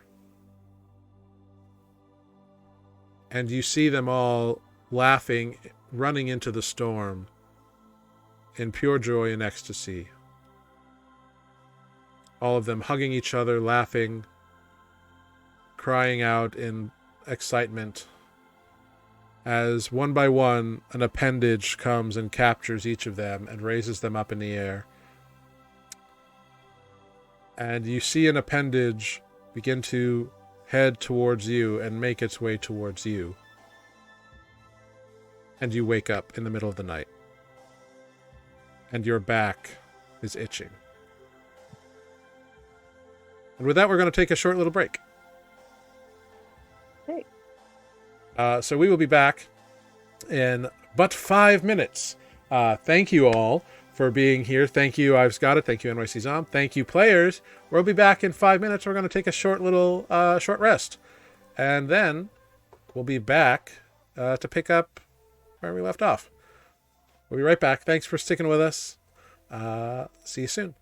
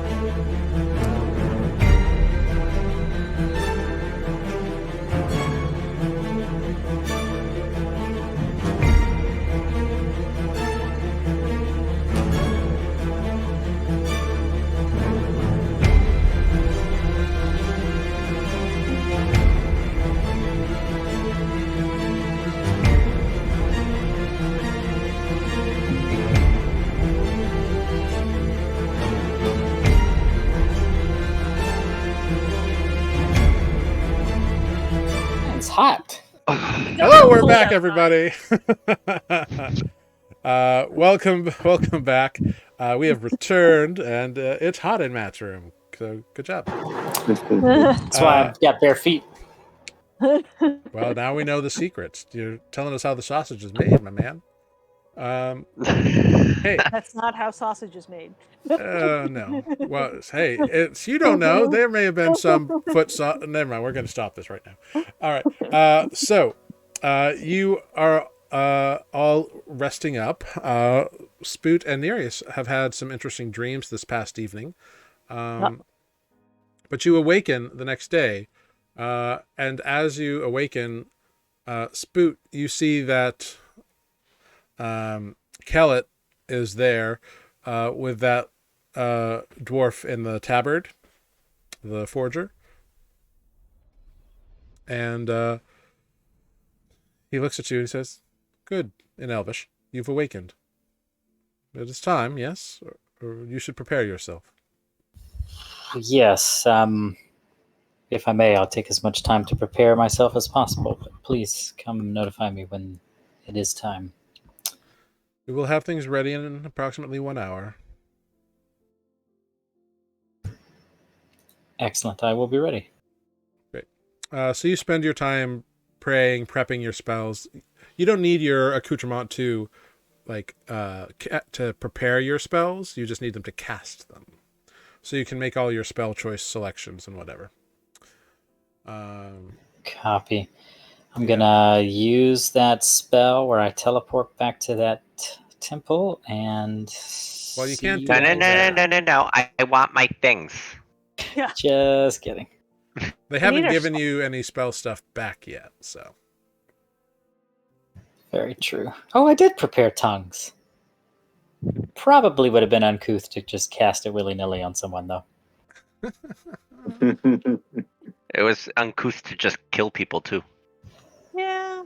Well, I don't remember killing It's all anyone hindsight. offensively. As opposed to inoffensively? Yeah, I told them to stop, and I dropped my turtle guardians. And what can you do? Well, apparently our transportation, our local transportation is not the best. About half the killing happened while we were still blinded, as people just shot spells into random locations. There is that. And they were pretty squishy. Fair enough. Yeah, not everybody's a powerhouse like you guys are. Some people are just skilled, regular people. Well, when you've got level 5 spells. Yeah. And you can't see where you're throwing them. So you make your prayers and everything. You get all sorted out. You are led to a and only Spoot is brought. The rest of you are left behind in a cage. Cool. So Spoot, you are brought to a location where there are about 12 dwarves and 3 covered bodies. It is obvious that the dwarves have recovered the bodies of the squad that you all killed. You see that there are 2 dwarves and 1 dark elf, one drow. It is. You don't know how they chose these individuals to be the ones to return, but you can see that they are there. And then there's a group of dwarves and drow, 3 individuals with each body, obviously like waiting to do their turn, whatever it is that they need to do. You see there the forger is there again, and you see that the dwarf in the brown and grays are there again, and they reach out and grasp your shoulder, and you feel magic enter your body. The commander and Kellet are there as well. The commander and the second. Good morning, Kellet. Spoot. And you understand as the commander speaks. It's obvious that tongues has been cast upon you. Good. This will make this much easier. Yes, it is much wiser to have things understood. though I am given to understand that this effort takes some time and we'll probably have to recast it this speech spell a few more times as well. I do also have it prepared, it would seem, if the need arise. I would like to start by saying that this, I've prepared the spell, and I will certainly do my best. There is no guarantee with spells and rituals like this. There could always be obstacles. We understand, but you are making an effort, and that in itself is important. Do we have any here gathered that would like to contribute to the ritual? These 9 have been selected, 3 for each of the individuals. They are volunteers and have offered their aid in whatever manner you need. This is me talking, not Spoot talking. I'm not entirely sure what I need to ask of them because it's always been asked of us, but we'll see how this goes. Yeah, I mean, you know that they need to offer something personal to help coax the soul back, the individual back. That is true. I did sort of go through that with the party, didn't I, when we were bringing Greg back? And you can convey that. It's not very difficult. And the commander is like in a much more officious mode right now than in your conversation the previous day. Like, it's obvious, like, she's now in front of her troops, and like you are being expected to do this. And she says, very well. Very well. And she nods to the forger. The forger goes to the first body, one of the dwarves, places one of the diamonds on the forehead, and then the commander is given your holy symbol out of. You see a familiar-looking barrel, and one of the dwarves reaches in and pulls out what is obviously your holy symbol and presents it to the commander, which she gives to you. You will conduct the spell, and only the spell, to bring these individuals back to life. Do you understand? Understood.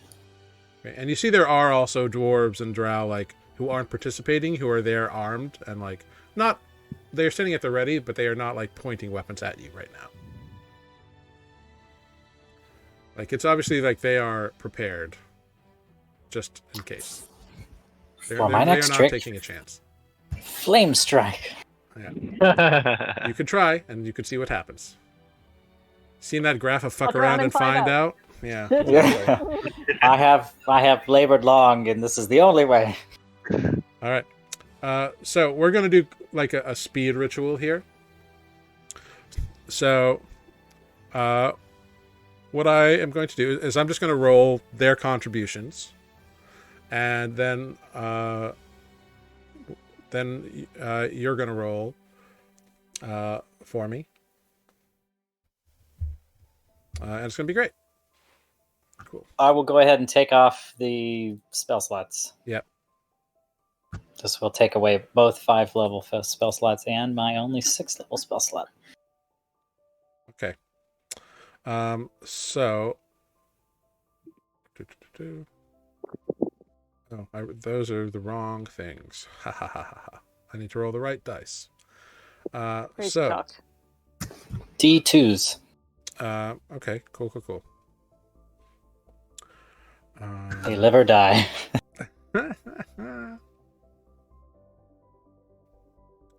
Very Batman villain. Cool. So the first ritual is cast.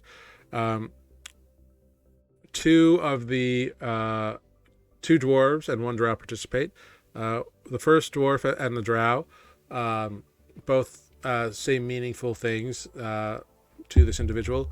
The third one, the second dwarf, kind of stutters and stambles a little bit, and is basically repeating what the others said, not really sure what he's supposed to do.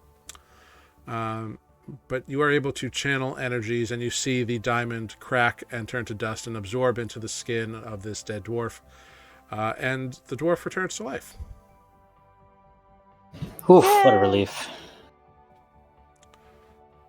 So good job there. Okay, Spoot's feeling a little better. Excellent. The next one, they recast tongues on you and lay out a similar ritual, and you begin casting the second ritual. And through this time, it's on the drow, and there's 3 drow participating, or 2 drow and 1 dwarf. It's like the opposite. And one of the drow is very eloquent, and you think that this individual is probably romantically involved with the one who is dead, based on the content of their sharing. Oopsies. And the tears involved. The dwarf and the other drow are also a little embarrassed that they are kind of witnessing this, and so they are a little more awkward in their efforts to aid, and not as helpful as you wish they would be. Darn it. They should have gone first. Nonetheless, you cast your spells, and go ahead, and you are successful in your cast. Oof. So Good that's deal. Yeah, we're doing kind of an augmented version of this just to get through it, because it's not a party member. Yeah, makes sense. The final dwarf has a dwarf and 2 drow as well, aiding. One of the drow doesn't really seem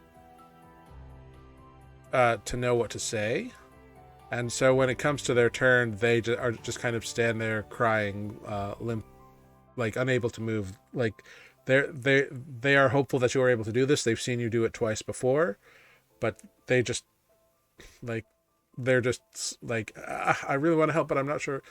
And it's a lot of sputtering and mumbling. Sounds like somebody rolled a 1. And They panic. and you attempt to bring this third dwarf back.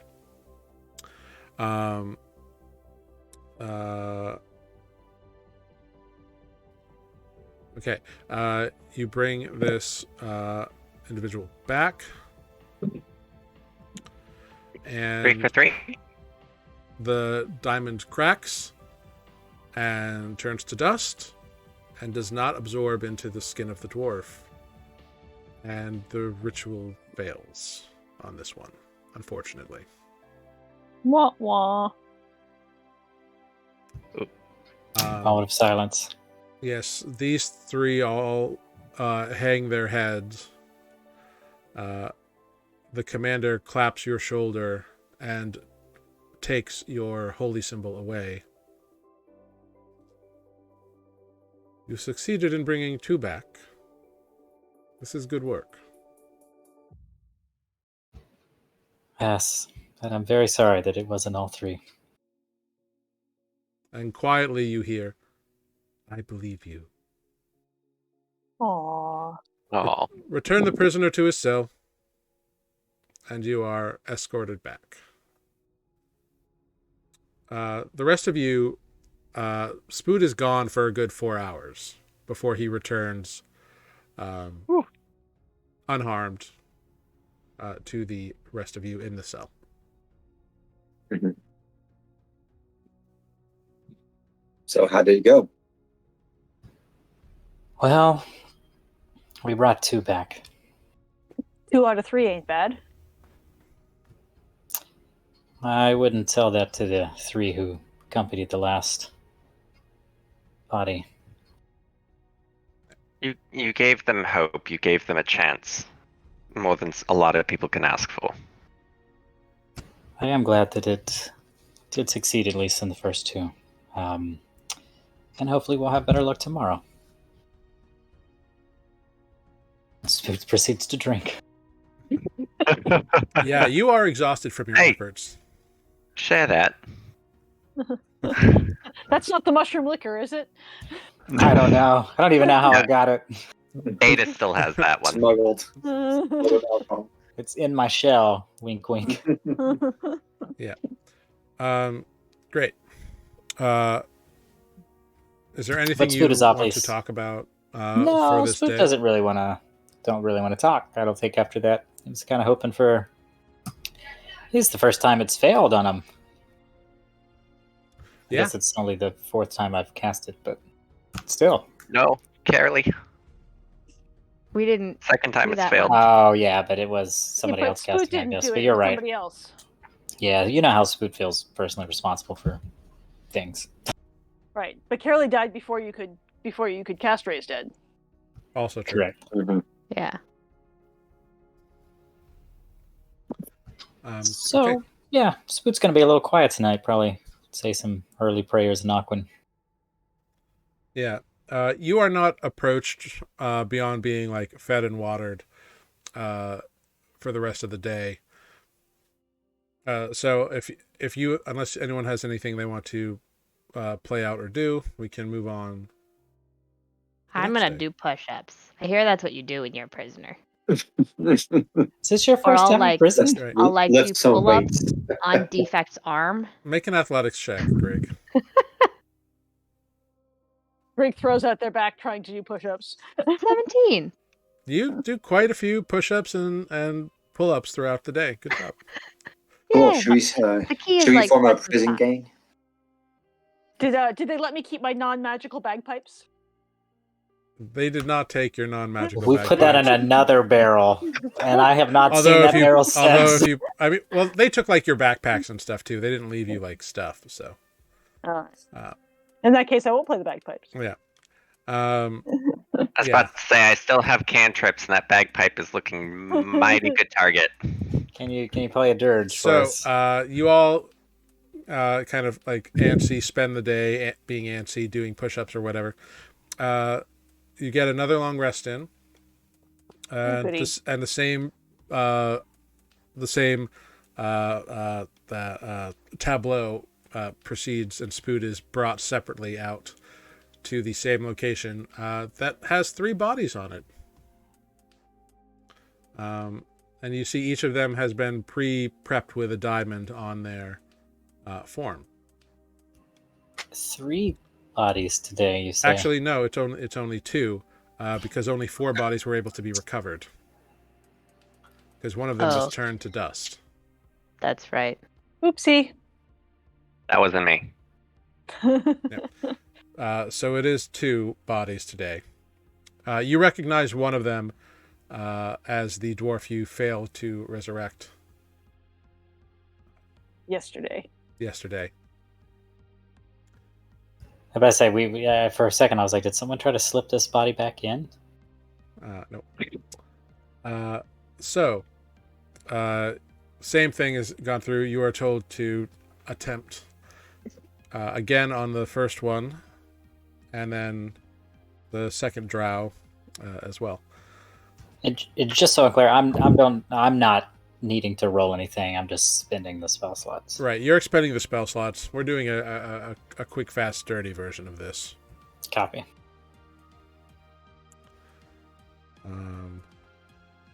Wow. Okay. Yeah, the failure of the previous day has really shaken the first group who you're trying again, and once more the ritual fails. Ah.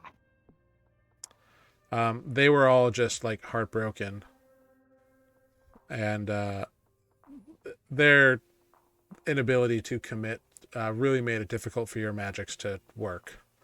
So once again, the diamond just kind of shattered, and this time it didn't even turn to dust. It was just fragments. So before we do the last one, Spoot will take a moment with the 3 who have come to offer something. I'd like to just offer some words of comfort and say, obviously, there is no guarantee that this will work, but it is possible. And what I need from each of you is a little bit of hope, a little bit of faith. I heard her. To offer all that you can, and together we will do our best to bring them back. They all nod. And I cast guidance on all of them. Touch, touch, touch, touch. You can't, unfortunately. They're not willing to I be know touched it's only by you. one at a time. Not willing to be touched. They're like, They're "Ew, get away." not willing to be touched by you. All right. So, the next ritual commences. But seriously, we need a movie moment right here. Come on. They're a little bit better, but unfortunately, this one also fails. You have one more spell slot where you could do this today. And the commander looks at you and is like, yesterday I was very hopeful. If you can do this another time for one of them and succeed, I think it would help your cause. How do we decide who I tried on? There's one that you've tried twice and one that you've tried once. Do you want to try for a third try or a second try? Oh, I did try. Oh, okay. Someone did slip the body back in. I got you. Yeah. Yeah, the first one you recognized as the one who failed yesterday. And failed again, and now the drow also failed, so.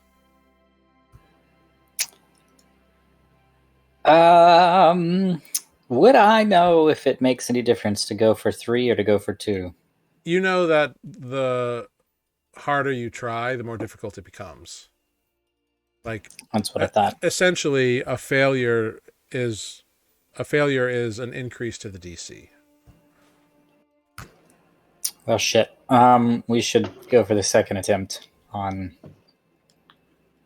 Okay. Drow? Okay.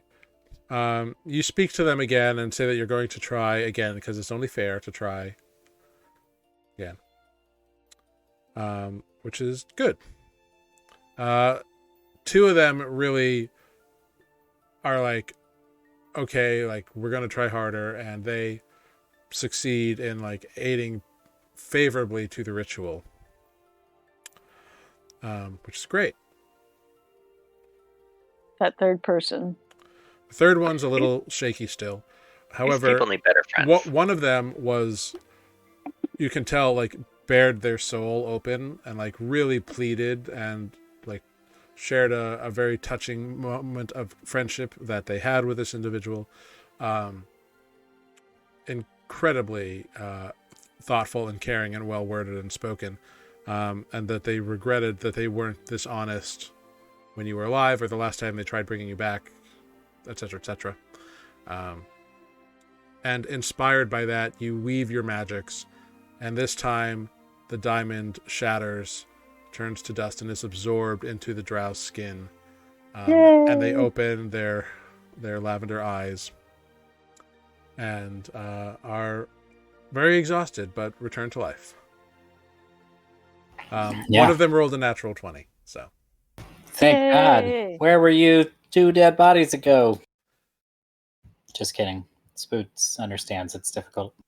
Yeah. But yeah, congratulations. You have raised 3 of the 4 bodies that were able to be recovered. That's a C. C's get degrees. 75%. Tongues is cast upon you again, Spoot. And the commander pulls you to the side. It's not a private conversation, but it is like a one-on-one conversation. You have succeeded in raising 3 of the individuals you've slain. One, we assume, is a pile of dust that we found nearby the battle scene. And one has given you trouble twice.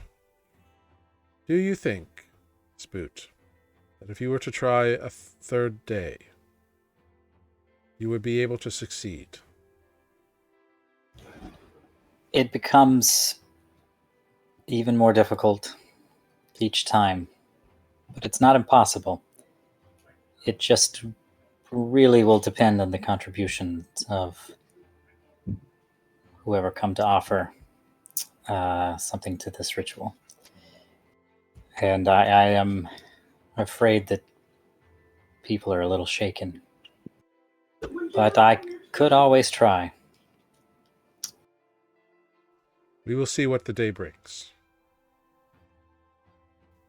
Return the prisoner, and you are brought back to the holding pen.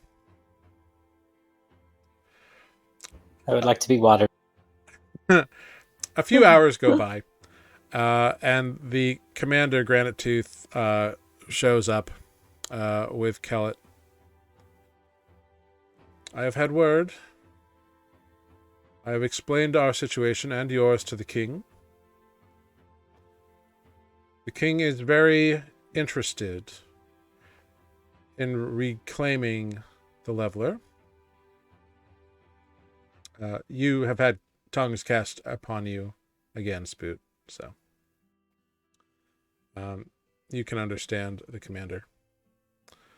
However, given your willingness to return those to life, the king has decided not to hold you for further imprisonment or labor charges. Instead, Spoot, you will be forced to enter the oath of return. Okay. I thought that was only fair. Very well. You may come with us. And the door is opened, and you are escorted out, Spoot. The rest of you are kept behind yet again. Spoot, you are brought into a room that is full, or a tent that is full of like hazy trails of incense and smokes. Very intense flavors of or aromas attacking your senses here, and kind of almost a thick haze in the room as well. You see a small brazier on the ground, and a very ancient-looking, white-haired dwarven woman opposite you in blue and gold robes. And she speaks in Elvish. I am given to understand that you understand this language of the elven folk. I do. Very well. Please enter the circle. And you see that there is a circle of some sort of crushed gemstones or semi-precious stones around the brazier.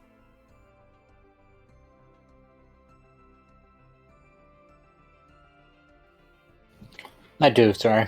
Yeah. All right. So you step in. And she begins chanting, and after about half an hour, the stones and everything are all glowing, and the smoke is swirling around, and she looks at you. Do you, Spoot, promise to return the leveler upon its reclamation to the citadel and its people? Do you promise on your life to do this act? I do. Then so it is done. Should you fail, you will die. And you see the vapors begin to swirl and permeate your skin, and you feel a weight, a connection form, a link in a chain forged and locked, and you feel your shell feels a little heavier. Is there a timeline on this? It was very generally vague and not super specific in the oath binding. There wasn't a timeline given, but it was like as soon as you reclaim the item, you have to return it. Okay. You're not sure how that works. Upon the completion of the ritual, they do explain, however. Now's a good time. That once the trigger activates, like once once your party has reclaimed, the way the magic works, once your party has reclaimed the leveler, presuming that you defeat whoever, whatever, and you get it back, you will start to feel pain for every day that is delayed, and it will start very minor. It'll be like a bruise or a scrape or something. But after a week, it will feel like like a constant swelling that you can't get rid of. After a month, it'll feel like a broken arm, and within 2 months, it will be dead. And if I were to die before able to make it back, then the spell would break. If you die beforehand, the spell has no effect. But if you are returned to life after dying, then presumably the spell would still exist. They're not sure. They've never had that be a thing before. Greg, I can think of a science experiment. Oh no, you gotta kill Spook for that experiment. I mean, yeah, we have to wait too long to find out, like, if it was true for mine, so. True. Because I died twice since the oath. True. No, the first time was before the oath. Yep. I don't know. It's been a couple days. How do you feel, Greg? I mean, I'm not dead. Yeah. All right. Well, am I trying for this third time on this one? It's the second day still. Oh, gotcha. So you're brought back and reunited with your comrades. The commander says in Elvish, because you speak it, and it's just easier at this point. Wasting a lot of spell slots otherwise. Yeah. You will all be released and escorted out. Spoot has taken it upon himself to bear the burden of the oath spell. If you should fail, Spoot will die. If Spoot should die beforehand, it is unknown if this and return to life. It is unknown if the spell will still be there or not. I personally am entrusting you all to return with the leveler as soon as possible. Is Spook just like relaying this to all of us? Yeah. Okay.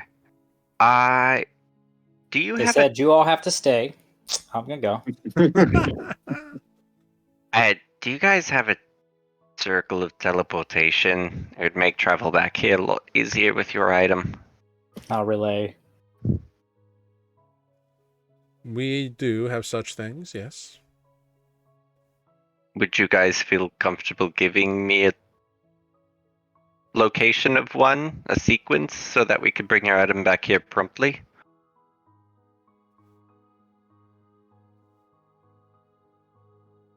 We will provide you with one not within the citadel proper or within the tunnels, but there is a location outside in the base of the outcropping that we will provide you with.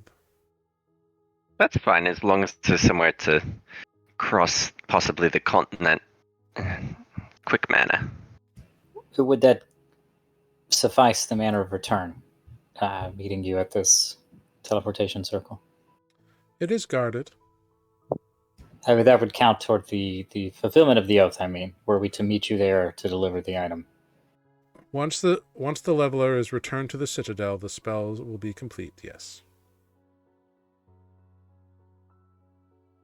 So we'll just send ascending before we pop up. That would be wise. Hopefully. Yeah, I certainly want to arrive unannounced. That would be wise. We will also Where? we will alert the guard post to be aware that an individual matching your descriptions will potentially be showing up. Very well. And you see, and she turns her head, shouts Dwarvish, and the person runs off. Comes back a few minutes later. There is a inscription upon, with a piece of paper. There's an inscription on it, and she hands it over to you, Nereus. Oh, thank you. That looks easy enough. Yeah, you open it up, and Nereus, you recognize this teleportation circle. Oh, stop. I already have this one. The one where you did not know where it led to. This is where the random teleportation circle goes. Hmm. Of It's my course. world. I rolled randomly to see where that went, and it went to the outcropping. So You gotta be kidding me. All right, Amazing. I'm totally gonna play it off as a total new sequence. Yes, this looks foreign. Sure does. you are all, Greg. You're starting to get an itch in your hand at this point. Um, Like a itchy, crampy feeling, like when you're like Hey, it's falling I asleep. should really probably talk to the book. I think this might be the thing. Like my hand hurts. Do you want me to cut your hand off? No, Would that get rid of no, it? I like my hands. But can I talk to the book? You can hold the book. You can look at the book. You are I all can get it on my bag. marched out, and you see the barrel of all your stuff in the middle of a crowd of like 15 or 20 guards, for lack of a better term. And you are allowed to reclaim your stuff. Greg, you can immediately start talking to the book if you want. Yeah. Everybody looks at you like Hey, you're book. crazy. Hey, But book. My hand started hurting, so I thought I should do this first. I'm still here. I'm still doing the thing. We got prisoners by some dwarves and some dark elves because we killed their people. But it turns out that we could bring some of them back. We didn't bring everybody back. One of them was dust. as you And we go don't on and speak the on and language. explain all this to the book, the pain in your hand does lessen and alleviate when you have completed your story. However long Awesome. later that is. Great. Hey, Scoot, it's working. Oaths last when you die and come back. that is good to know. The commander sees you all off with the guards, leaving her second Kellet in charge of this force. Because you are still the threat, so she feels she should accompany you. We're and you special are- guys. And you are taken through the side tunnels, not the main tunnel, each grabbed by a dwarf and pulled through. And you make much better time using these tunnels being led the right ways than the long meandering path that is the main road. Also, nothing throws molten metal at us. Indeed. These appear to be safe, for lack of a better term. Within 5 hours, you are brought to a familiar-looking area and the side of a mountain. Some dwarves activate a doorway, and you hear the side of the mountain open up. The commander looks at you. I wish you the speed of the divine hammer's forging. Because, Spoot, I believe you are a good person. I believe you when you say that you want to end this threat to the world. And I would really hate for you to die because of an unfulfilled promise. I would too, and thank you for these words. How do you say a farewell in your language? Is it appropriate to try? She was speaking Elvish. She switches to Dwarvish and says, Sadak fum bakala ketok. Spoot will do their best to say farewell in Dwarvish, if it can be done so Roll respectfully. for it. Great, Roll do for it. Go Would ahead, that be repeat what performance? I just said. Can you hear me? My mic must have been off. I'm so sorry. That was unfortunate timing. Well, as they say in Dwarvish, you can only say goodbye once. You muddle through, and she kind of says it was a good first attempt. I'm sorry if that was disrespectful, but I do much like to learn more languages. So it's the least I thought I could do. But we will I see each thought other so. again. I thought you might. And she produces a small book from her bag. It's like a little, very small book. And she hands it over to you. And when you open it up, you see each side is a column of words, and you recognize the Elvish on one side, and there's an Elvish pronunciation guide in Elvish to Dwarvish Dwarvish. dictionary. Yeah, essentially an Elvish to Dwarvish dictionary. Oh my gosh. Spoot's eyes light up. So you can add an Elvish to Dwarvish dictionary to your inventory. I know what Spoot's doing on long rests. Right? Like it's going to be a long time. It's going to be a process to try to teach yourself this language, but you have the capability now. So Duolingo that shit. Not sponsored. Not I sponsored. hope Spoot's better at that than I am in real life. So they're not wanting me to go back and try a third time on this dwarf, is what I'm gathering. No, they did not. It seems Let's get the that fuck your outta here. concerns about it being more and more difficult, plus the mental and emotional strain on the individuals who are attempting to revive their friend, it just was deemed that it was unfortunate. Well, we'll just have to killing more dwarves. All right. Are there any big trees around here? It's a forest. I'm sure there are. Olive, can you do the thing to get us near Soul Mount, maybe? Sure, is that our next destination? So Don't next, you have I to mean, unless you know want to it? go to the Pit of Asmodeus. Yes. They said that was full of fiends. I don't necessarily want to go there. Oh. Yes, is that what you said? So you exit, I'm and hearing- the mountainside crashes shut behind you, and you cannot see the seams of a door. Okay, bye. That's cool. So cool. There are indeed some very large trees in this area. So if you wanted to, you could get to know one of them fairly easily, Olive. Mm-hmm. Which would also get us back here later if we needed to. Although we have the teleportation circle. Unless it you burns have- down. You have many Happy options. to have to.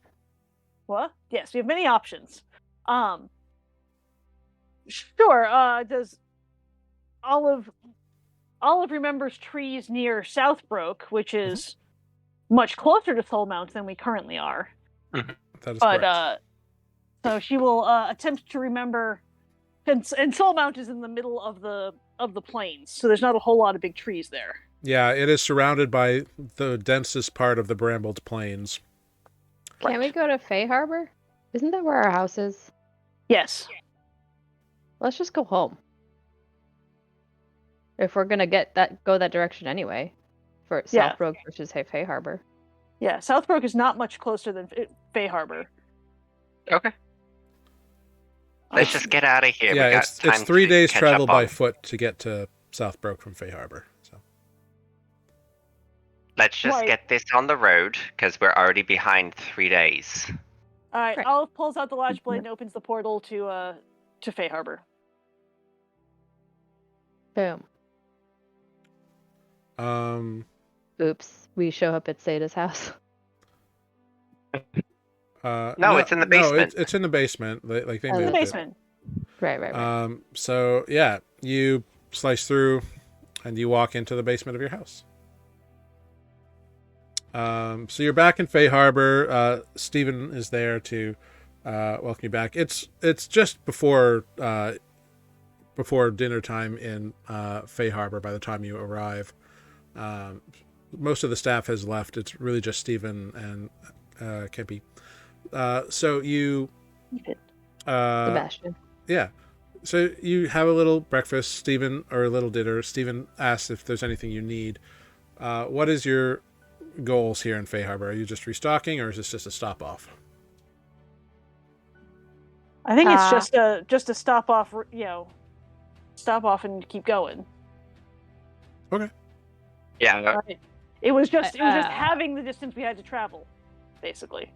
Do we need any stuff though? Do we need to raid don't our know. stores? I don't need things. Remember we flew in gas form that took us only like 2 hours to get from Laurentian to To outcropping. the outcropping? We can do that towards Soul Mount. I'm down. Sure. I'm As just long saying, as no one needs do to we do need to anything buy there. anything? Potions were okay. We didn't use any diamonds. Cool. If anyone, just as a reminder, No, there we- is also a well-stocked spell component place in town. If anybody has anything that they want that they Yeah. weren't able to get in Laurentian, Yeah, because I remember we did a whole shopping thing at Laurentian already. Right. And we didn't do anything between Laurentian and Outcropping. Except Yeah. kill some dwarves. Yeah, but that didn't use any resources. Great. Get almost murdered. Cool. You have about an hour before shops close anyway. Some of them might already be closed. But it's definitely fall now. Like harvest is occurring, and it's a little nippy at night. So, if you would like to continue south towards the mountain or towards Soul Mount, you certainly are able to. I mean, if it's evening, do we just want it? Because we risk exhaustion. Well, like So if you could still travel for a few hours. That's true. And get a long It's an 8 rest because you went from west to east, so you have a couple. Oh, right. Okay. It's not like we've done anything else today. True. All right. I'm down to start traveling for a few hours. All right. Here we go. Here we go, yo. Everyone turns into a mist. 300 feet per turn. Yes. So ridiculous. 60 feet per turn. No, this is 300 feet. Flying speed of 300 feet. Oh, you're right. 600 feet per turn. You're right. I was misreading that zero. I only saw 2 zeros. Yeah. So yeah, 600 feet per turn. 600 feet per minute. For 6 seconds. Per 6 seconds. Great. Yeah. We make some time. You do. Let's see here. You are going from Fay Harbor down to Soul Mount. You're moving essentially, what was it? It's 68 miles an hour. Yeah, 68 miles an hour. So you travel, just make one survival check for me to determine the direction as you fly over the Brambles Plains. Okay. Oh, Ooh. All right, cool. It's not hard to figure due south, and that's more or less what you're doing. Also, So yeah, Soul Mount is a pretty big landmark, it is. as I recall. It is. It's very tall, very massive. So you travel for about 4, 5, 6 hours, and you within 3 hours you see the mountain, and you get closer and closer and closer. And about 5.5 hours in, you come to the mountain, essentially. Like Damn. you can. Hey, you travel a lot faster as a cloud. It's all you can do. Yeah, but that thing. I didn't think we were going to get that far so quickly. Goddamn. yeah, It's fast. you It lasts got 8 got hours. from Lawrenson to the outcropping in about 3 hours. So I love this spell. yeah, Me too. I'm a really big fan. yeah, it's great. Like, the trees are cool and all, but boy, does this wind walk kick ass. Yeah. I mean, when you don't know a tree, yeah.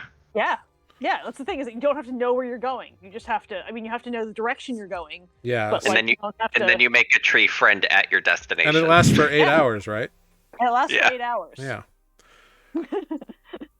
So around the 6 hour mark, you get to where the mountain is, roughly the area. Like the base of the mountain is visible below you, and the peak of the mountain's up there.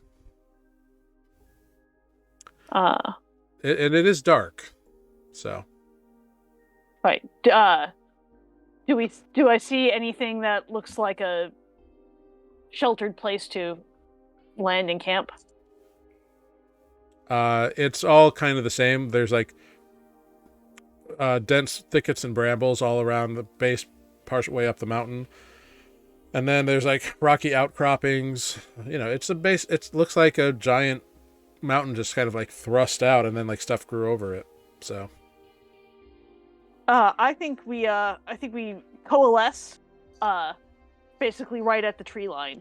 So like right at the edge of all that brambles and stuff before it gets to be all rock. Okay. Yeah, you can all head down there and spend the minute reverting to form. And you are now all back to yourselves late at night at the base of Soul Mount, which is a massively towering mountain. Like, its peak reaches up into the clouds, and you can see there's snow on the peak. And it is the only mountain here. There's no other mountain range. It's just like it came up out of nowhere.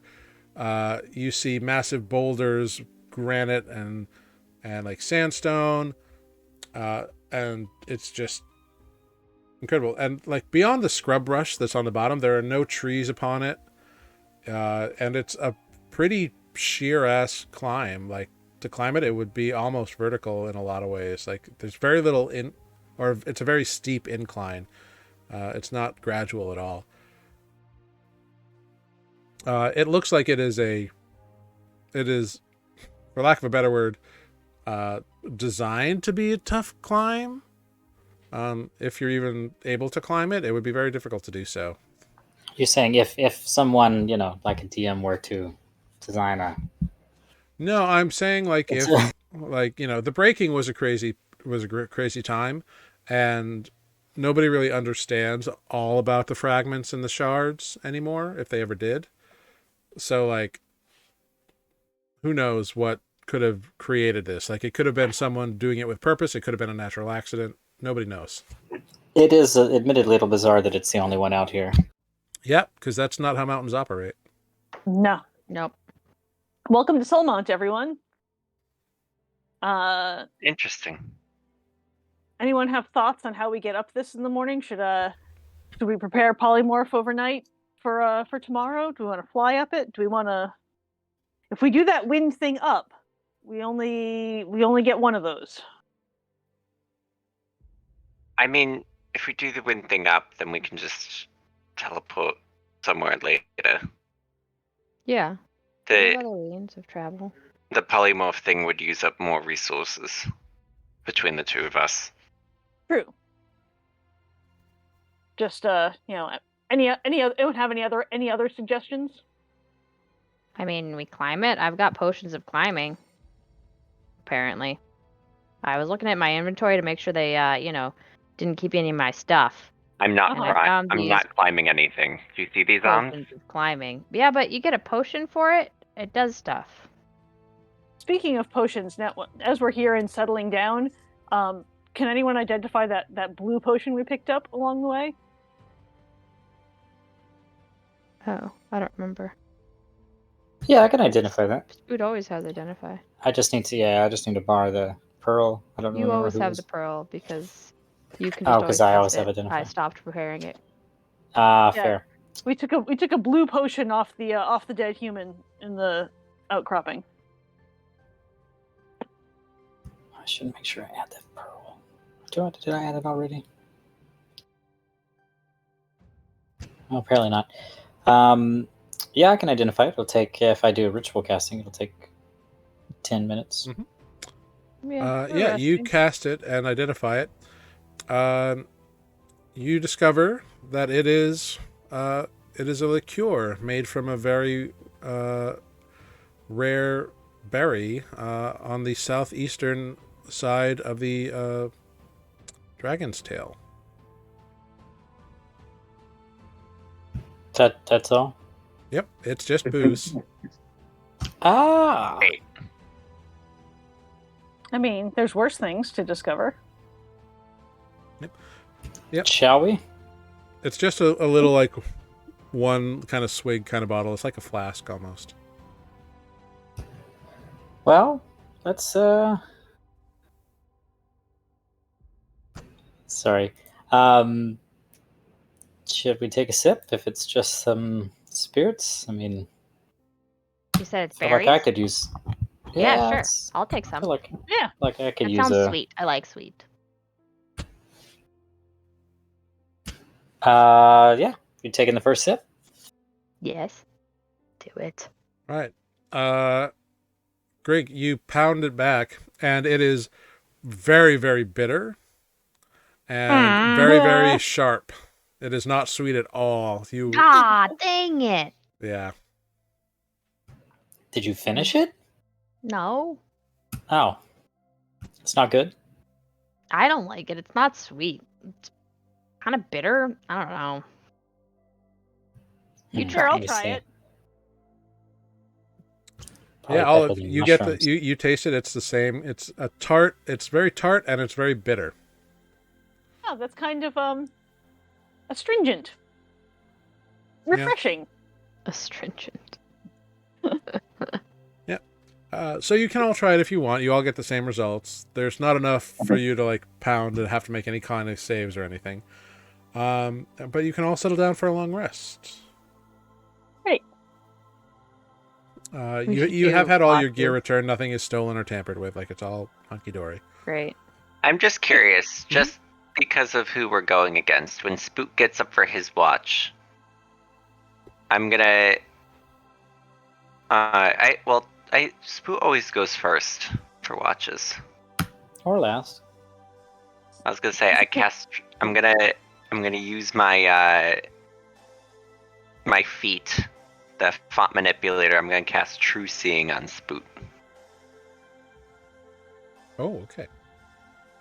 Spoot's really 3 kobolds inside of a trench coat inside of a turtle shell.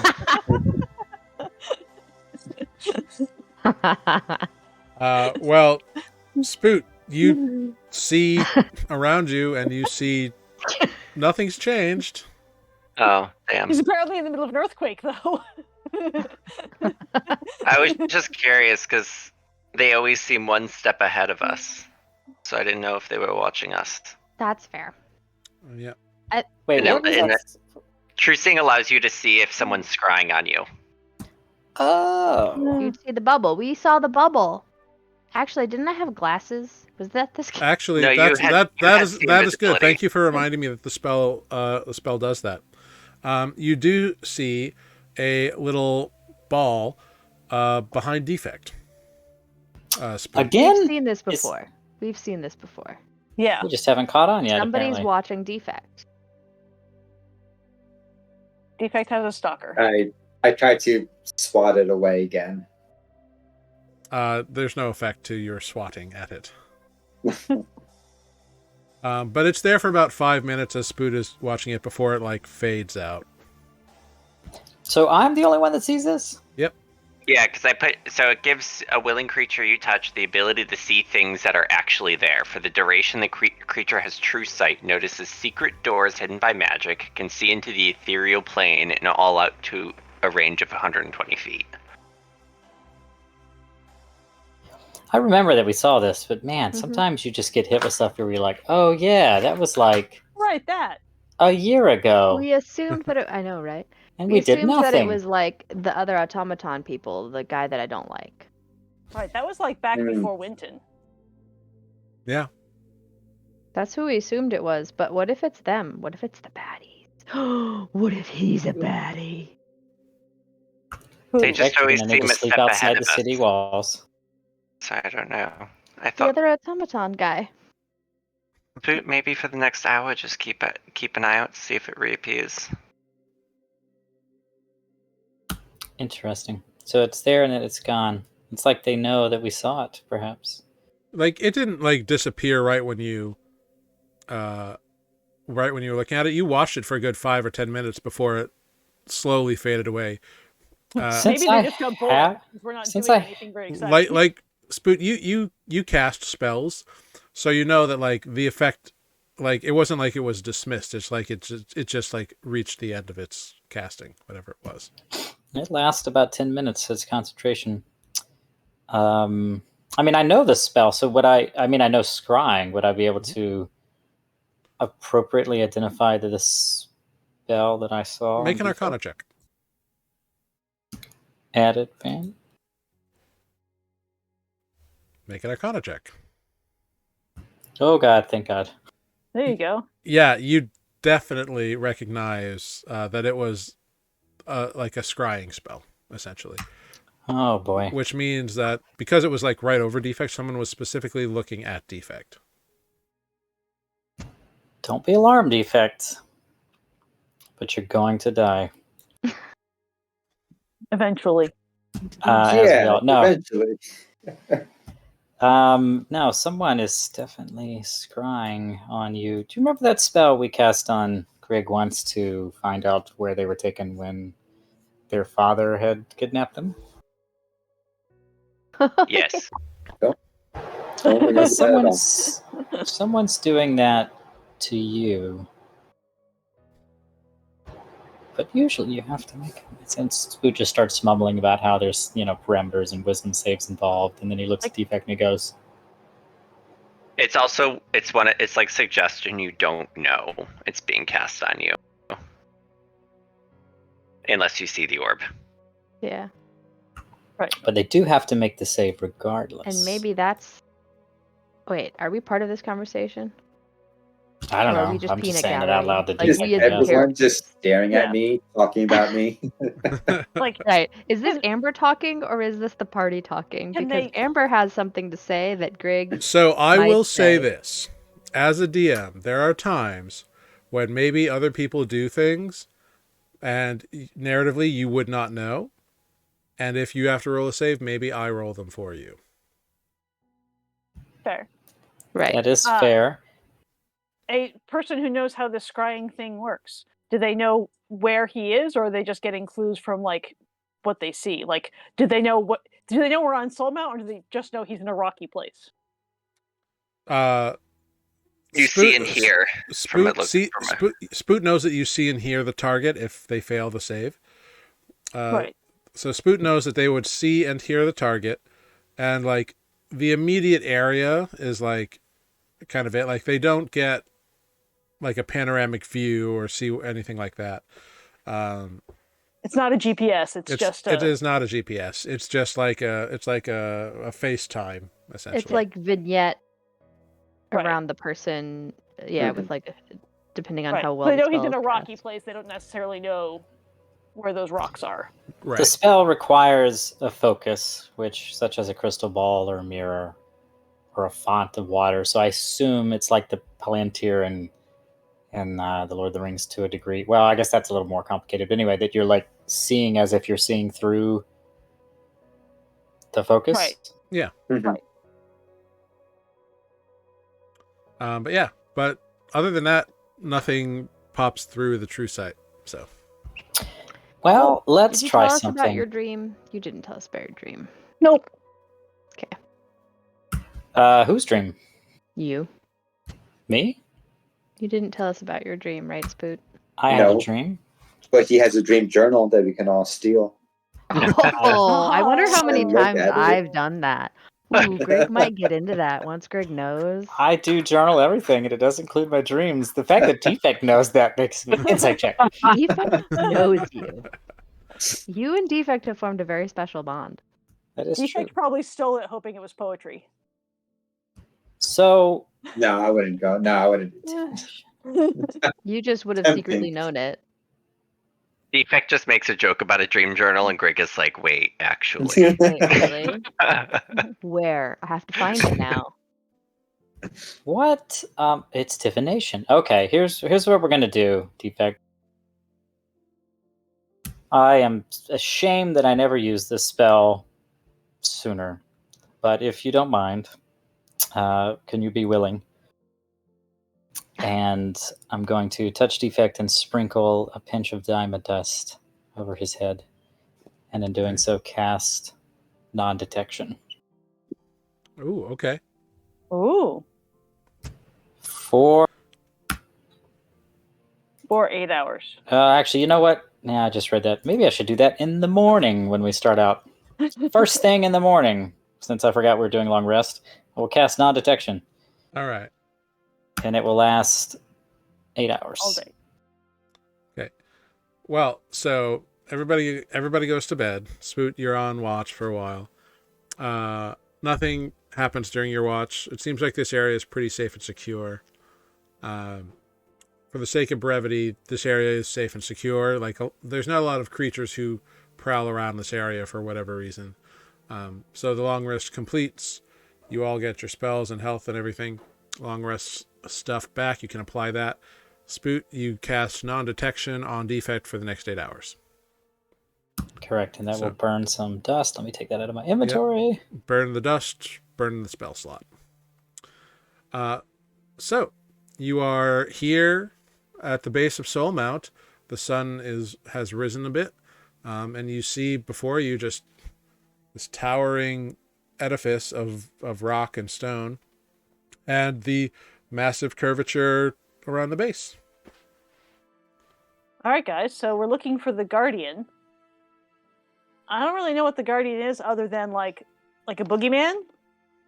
I assume it's some kind of real creature, but like, we can mist on up. That'd I don't probably know be how the most far- efficient way. I'm not sure how far up we have to go, and if we are misting, Wrong thing. if they will. You might overshoot it. Yeah, they're the Guardian. They come out looking for people who are encroaching upon the mountain. I don't know if we missed up. If when we coalesce, it will then come and get us, or what the deal is. Do we just Ah. walk to the mountain then? Well, we have to climb it. I don't Right. climb. I have a potion of climbing. I've got a bunch of them. Spoot, make a history check for me.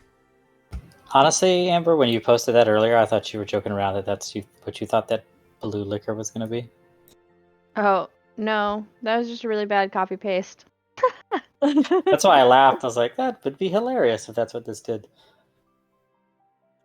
Ah, boo.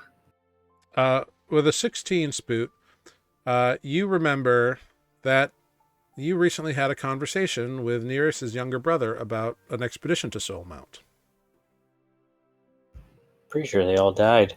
Oh, yeah, there was the guy in town that we didn't question. Let me go back and look at my notes. Missed an opportunity if we didn't question the guy. I thought he was dead. No, there's the guy in town. He didn't like to talk about it.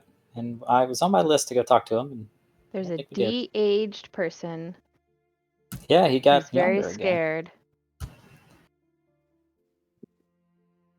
Might be member of Thunder Row. Cash Vanna is the person from Dispatch Row. Might be member of Thunder Row. I'm gonna go with somewhere in there as a typo. Those are great notes. Oh yeah. Yeah, I'm not sure mine are much better. Some I of have these things that I'm someone like, Okay, that they're well. de-aged. Their name is Vanna. Well, that's what you remembered, Thunder Spoot. Waves. I made a note. His 11-year-old brother is mega smart. Also true. And Yep. And So what not if to you mention- pass sending to Cash Vanna? We don't know this person. We don't know what to do. Cool. All right, so what do you want to do? How did I not make that note? 'Cause I do remember talking about that. Oh, Captain Greenbeard Saltfoam. What? That's a He different knows person. something. He Different knows person. something about Soul Mountain. There's a treasure? Question mark. And maybe a monster? Question mark. This is my notes. I'm reading verbatim. After a party of 6 went, only one came back. He came back younger than he went. Cash Vanna, yeah, Cash Vanna. Member of Thunder Waves.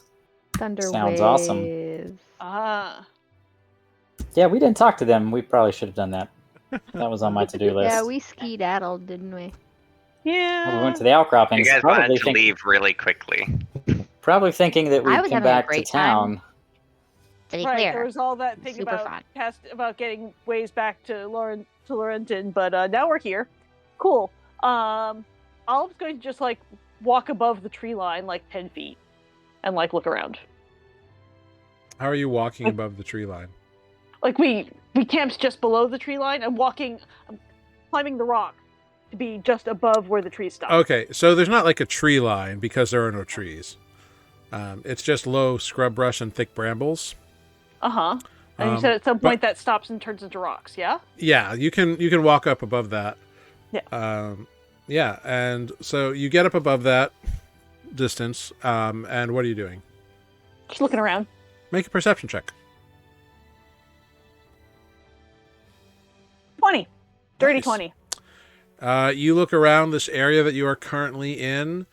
You don't see any signs of anything, really.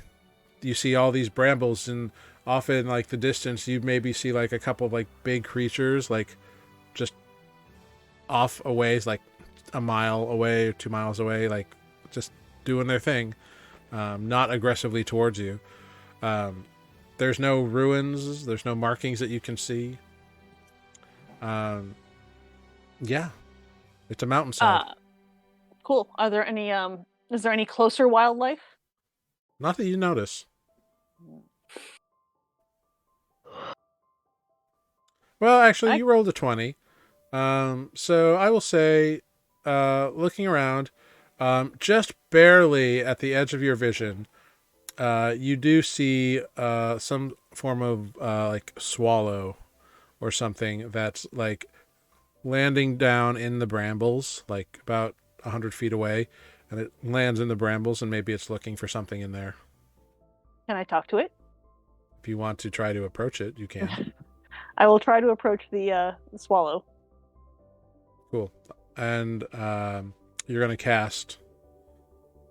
Speak with animals. Great. So you spend the spell slot. Just go ahead and make an animal handling check as you approach to not scare the creature. 10. Okay.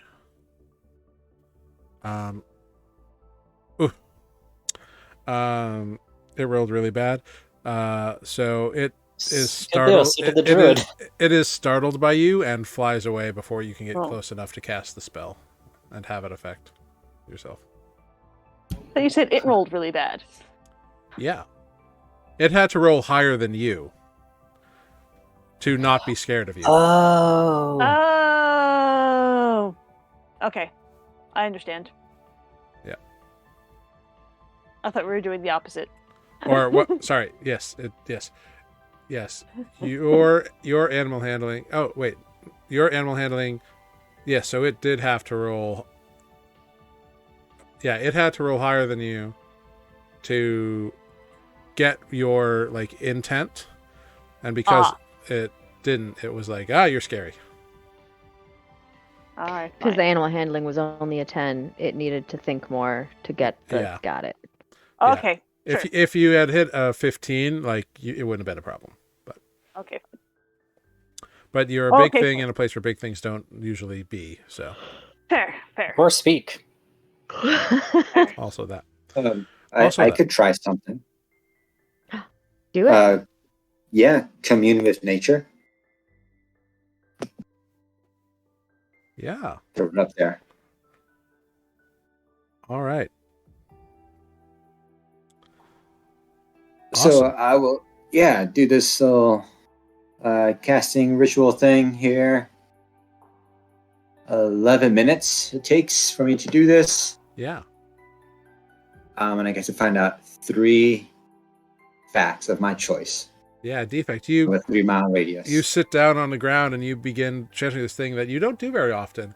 But you kind of like stick your hands in the ground and you begin casting your ritual to commune with nature. So what 3 things would you like to know? Don't ask it about bodies of water. There aren't any around. I'm not going to ask about bodies of water. Where did the swallow go? It flew off. It's long gone. So I'm going to look to the group and say, we are looking for a cave. I assume so. I think a creature. What kind of creature do you think? Undead? Celestial? I don't know if we know, other than it's been referred to as a monster. And a guardian? Yep, monster and a guardian. It also, if I remember, I don't know if I can history check this. We know some other information about this guardian, right? Didn't we mention it to the sandwich man? And he said that he had... the subway guy. Merryweather, right? Jared. No, who's not the other Jared. I am not that Jared. I just want to make that perfectly clear.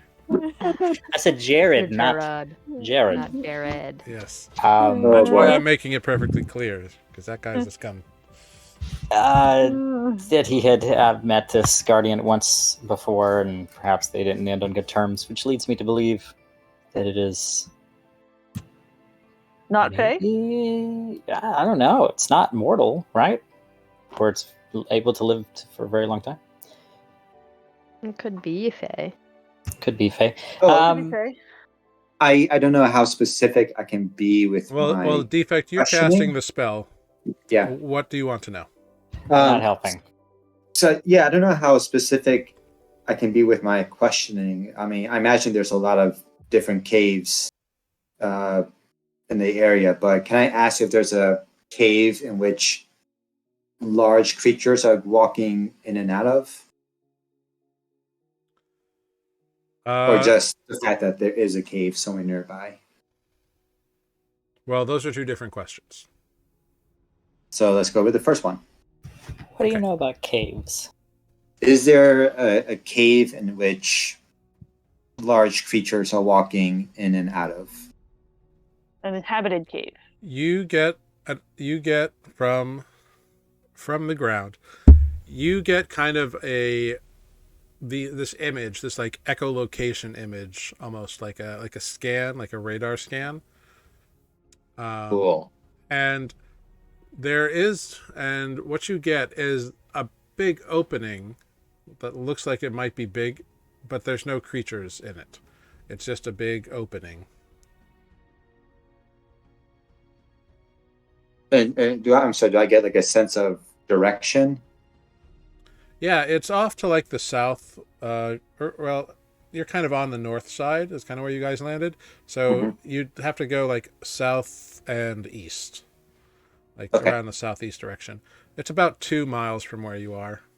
It's not very deep, but it is fairly large. Do I get a sense of influence from other planes of existence? Ooh, yes, you do. Just yes. Okay. Nice. Very that's good. fair. You're not familiar enough with the planes to be able to identify what that is, but you can tell that something non-material has touched this area. Okay. And I'll ask one more. We go and touch those, right? Planes? The plane, the planes of existence. We go and poke those, right? Wait a minute. One of you used to. I'll also ask about fiends. Are there fiends nearby? You get. Actually, I'm sorry. Take that back. Undead. You get a sense of no. Okay. Well, you have no use for me here. I guess I'll just see you at the bottom. So yeah, I take my hands out of the dirt. I report back what I know, and let's start heading down.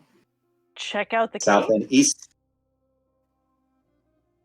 Let's head towards that cave, yeah.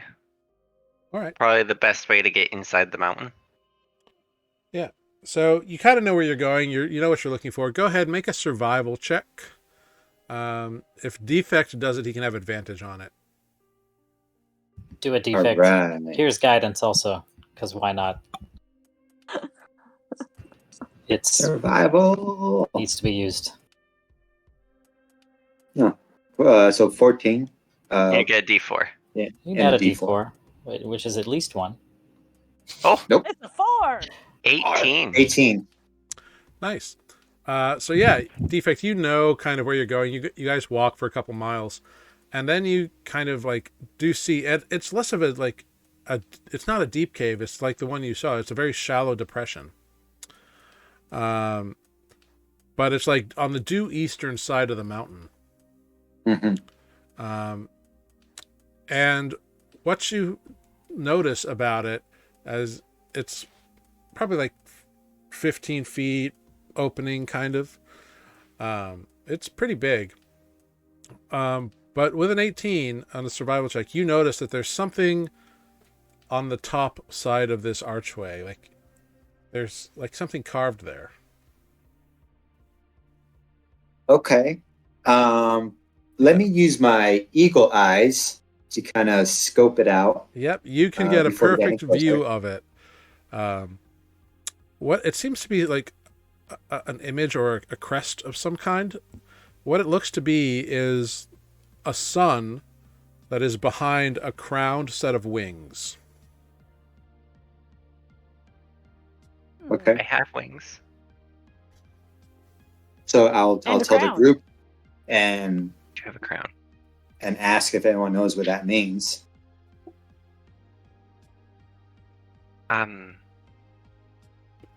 Anyone No. who is trained in history may make a history check. Sorry, guys. Oh wait, I have Nope, history. not trained. Just kidding. Here I go. And I'd like to add my little doodad.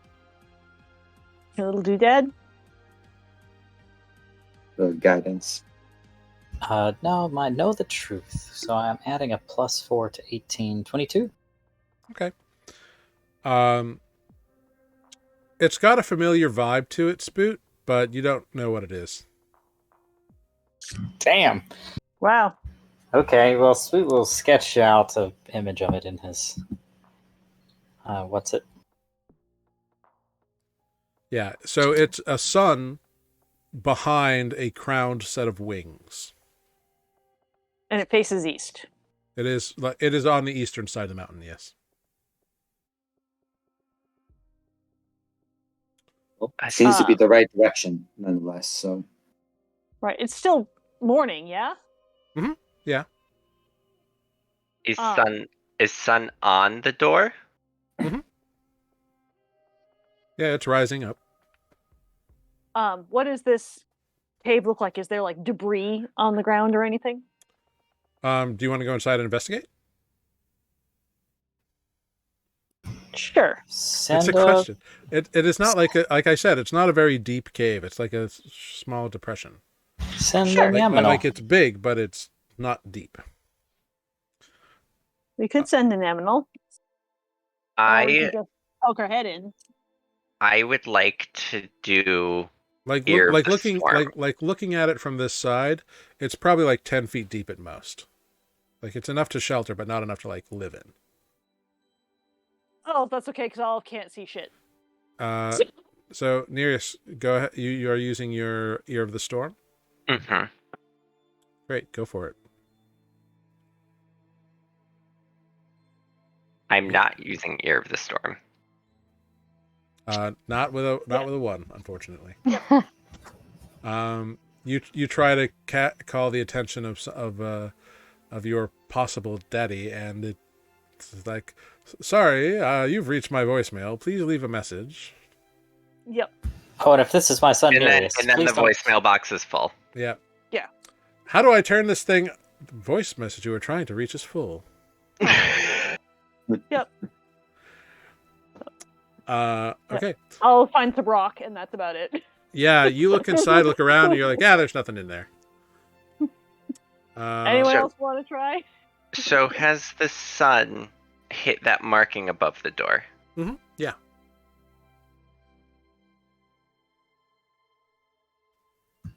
Interesting.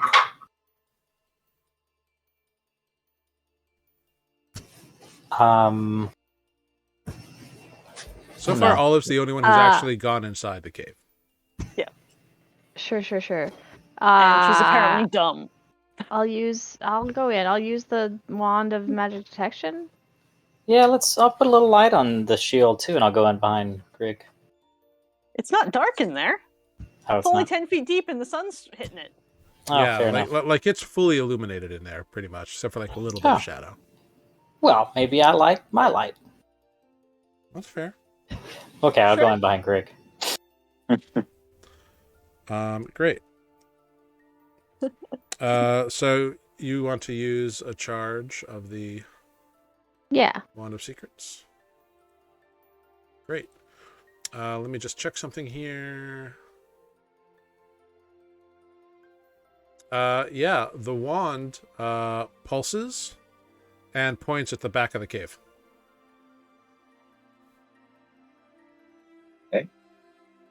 You still got Okay. your true Doesn't- seeing there?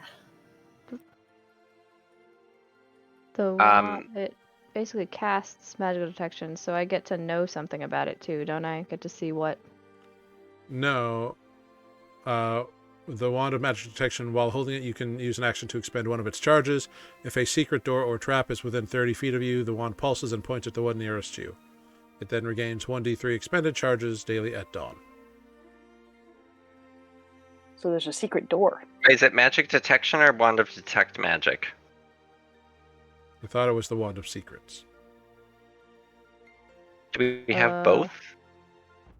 Or does Grig have both? How many wands do we have? I mean, this is what I wrote in my inventory. Olive has no wands. She just has a quarterstaff. Oh, the Wand of Magic Detection, not the Wand of Secrets. Yes. Do we have a Wand of Secrets? Sorry. I don't know. It's a secret, I suppose. Apparently, it's a secret. Apparently, it's a secret. Sorry. Okay, so yeah, so you see essentially a very faint glow on the back wall. Okay. There's glowing back there.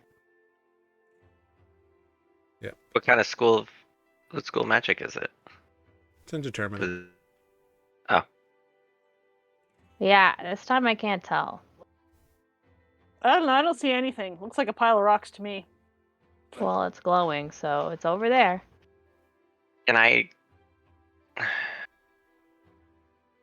Is the sun hitting that door? The sun is pretty much illuminating the entire cave. Yes. Okay. Wings, huh? I really... Something about the wings, maybe? I don't know. I go touch the door. Yeah, you touch it, nothing happens. Okay. And it's not a door that's carved in, it's just a rock wall. I would rather not waste a 6th level spell spot right off the bat. Yeah, I was thinking about that too. Why don't I try, just for fun, Dispel Magic, Okay? which is only a 3rd level spell slot. Counterspell. It fails instantly. Wow, you're out of the just- party. Go ahead, roll your die. What do I It's get? a wisdom check, so you just click your wisdom. Yeah.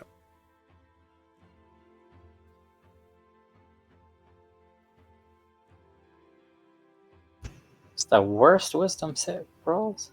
You cast the spell and nothing happens. Wah wah.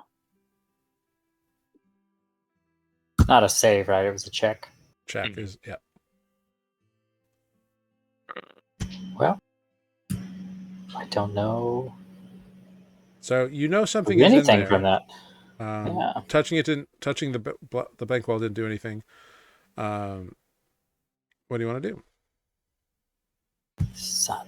I do have a sun. Olive did a light. cursory glance. She kind of like poked her head and looked around and said, "Well, it's a cave." I mean, let me investigate this door, I suppose. There's a door back there. We should go in. Sure, make an investigation check, Spoot. There's a door. Did we knock? Someone knock. That didn't go far. I thought I was going to get a 20 there for a second. Aw. Spoot, you look around and like you're focusing on like this area where like Grig said it was where this door's supposed to be. You don't see a seam. You don't see anything. Knock. I mean, I keep this. We could try dispelling. Well, you did that thing with the barrier. Could try that. That takes a lot out of me for one day. I mean, Hang on. Also fairly destructive, isn't it? Yeah. What have we learned about how not to make friends? I mean, That's we're why- not killing anything. I don't have the spell prepared. I do have Stone Shape available, but I believe that if from what you're telling me, this is magical, so I don't know if it would have any effect. It's a very faint magic. It's not like super pulsing, is what Grig saw. It was a very faint magic. We do Perhaps my have one party member who can travel through stone. If they become an earth elemental. That is accurate. I don't like to tell people that secret, Nereus.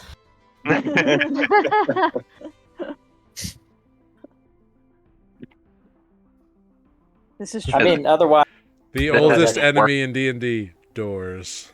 I I know, know. right? Doors. Well, Always Spoot doors. has knocked at this point, so I don't know if Doors that's done and anything. gazebo. But You we'll knocked? rule out the simplest things. Yeah, Spoot Like has knocked. literally, like knock, Like knock, like knock. you Yeah, went up so and like- knocked on a stone. Yeah. Where I think the door was. That's awesome. You knocked on a stone. It feels like stone. Sounds like stone. It's a stone. Nothing happens. I was about to Okay. say, if this door fucking opens to knocking on stone, Did you That's what I did you was scrape his trying to knuckles? rule out. Spoot speaks friend in Dwarvish from his dictionary. Pulls out the dictionary. You mangle it and nothing happens. Dang it, that always worked. Yeah. All right, well, my dispel magic must have not been strong enough where I can try it at a higher spell casting level. Or we can all go to bed and come at it. It is 2 hours past dawn. Probably a nap. I'm at in real life. I can try, but I can only. we have a Yeah. party member who can travel through all of this stone. Okay, You- the party Yeah, member yeah, has. yeah. You can also investigate the area some more. Like 2 people have done it and not done a All very right, good job. I'll Yeah, I'll try. I was gonna to- say, I rolled I'll Three in an investigate some investigation more. check, so- We'll investigate too. Now that I'm Look not for looking at the wings. door. It's an 11. We're on a roll, guys. We're Good on a God. roll. Yeah, like you keep focusing on the same area and you're just not finding it. Or If finding you can't do anything. it, Greg, we're doomed. Right? I mean, really? So you all spend about an hour to 2 hours like just looking at this one area on the back of this wall, confident that there's something there, and it's just not revealing its secret to you. Just not happening, huh?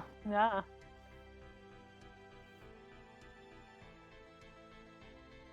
What are you gonna do? Well, I kick it. Go dang it. Hang on. You stub your toe. It hurts. Yep. Can I go back and look at that picture again? Yes. all of us going to look around like the cave mouth, as opposed to at the thing. Yeah, sure. Hey, double-digit number 15. You don't find anything at the mouth of the Cool. cave, unfortunately. Cool. I don't know if it's worth investigating that thing, but I'll try to investigate the symbol we saw, maybe with better luck. Okay. Let's go for everything. I'll give myself guidance too. Go for it. Make that roll. 16? With a 16, what you do notice is that this carving, by all rights, it's very old, but it is still crisp and well defined. Like it is protected from the elements somehow. Cool. I wonder if there's some magic on that. So yes, I could become an elemental and burrow 30 feet into this rock. But I only get 30 feet in. Is that Per what we turn? want? It does not disturb the material it moves through, so presumably I can go do 30 feet in an arc through it, or I can go 15 feet in, turn around, come back. Well, it's just like it's just the walking speed of the elemental. So Oh, it's just the speed. Okay, so yeah. So yes, every 6 seconds I can travel 30 feet through unworked earth and stone. I mean, it might be worked. If it's a If- magical doorway. Accurate. True. How many uses do you have on that wand, the Greek? Amber. 3? Per like long So I rest. just used 2. I don't know what it would tell us, but I believe there is something magical, perhaps, on this image that we've seen outside. It doesn't look near as weathered around it as the rest of the mountain face. The only thing I can think of was sunlight, but it already has sunlight. Well, I do have a spell that's sunlight. I It's do not too. not real sunlight, Yes. though, but I also didn't have prepared. Oh to no, do. I have real sunlight. I have real sunlight and fake sunlight. Well, la-ti-da. I got Apparently, cantrip we are- sunlight. We are all up on the light producing. I just But Perhaps- given as it's 2 hours past dawn, I don't know that any more sunlight is going to do us any good. Maybe it needs some magical nature. I don't know if the It's about 4 hours past when you woke up now at this point, because you all have been staring at Okay, this one yeah. spot on the door. Since nothing's, I'm just gonna Avada Kedavra the door because this is going nowhere, and I need to go to bed. Yeah. So you're disintegrating the door?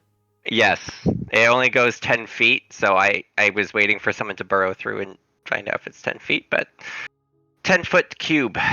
Yeah. Okay, so you reach into your font of magic in desperation and like blast it. The wall remains. All right, so wasted. Cool. So this is like, is it even a wall or is it something more than a wall? It's resistant to disintegration. Right. But like, I will it say there works. is like a scorch mark where Nereus like aimed. Like it is, like it shows signs that like of natural stone that would, but natural stone should have like demolished, but something resisted the Well, let's try this. Let me disintegration.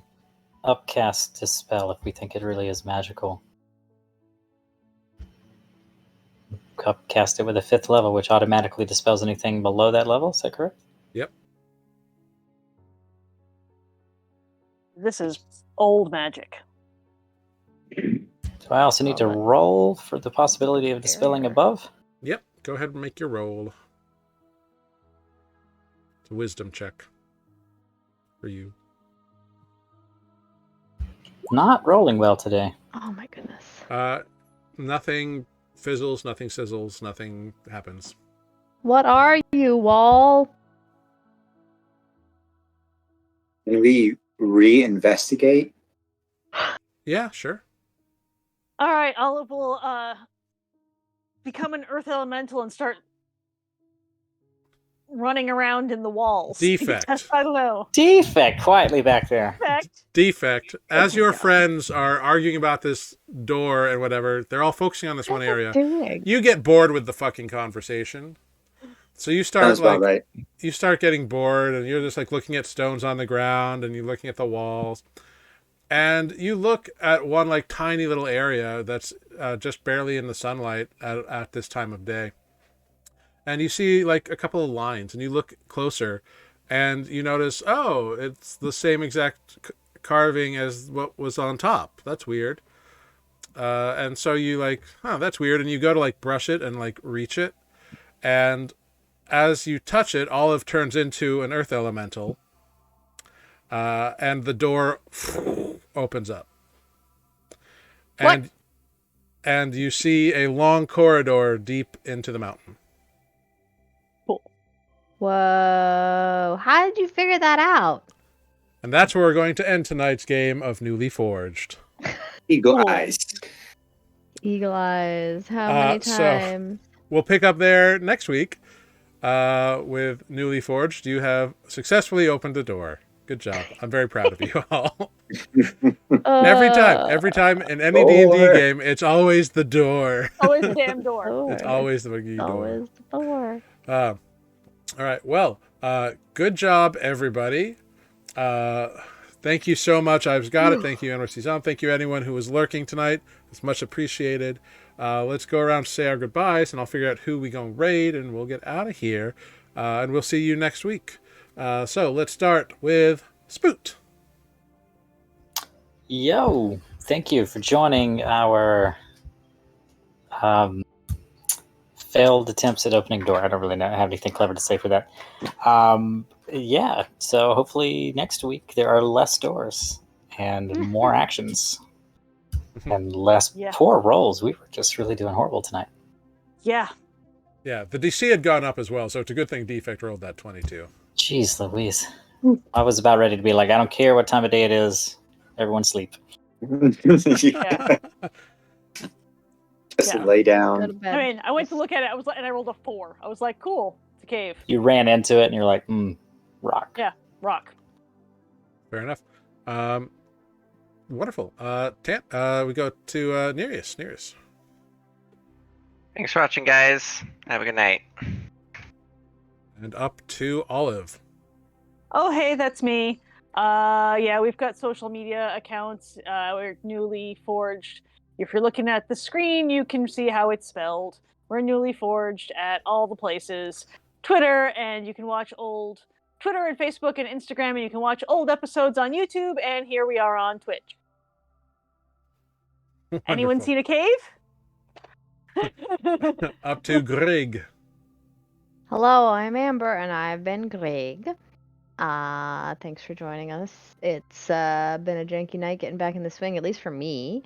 But thanks for bearing with us. Hopefully, as Matt said, there will be fewer doors.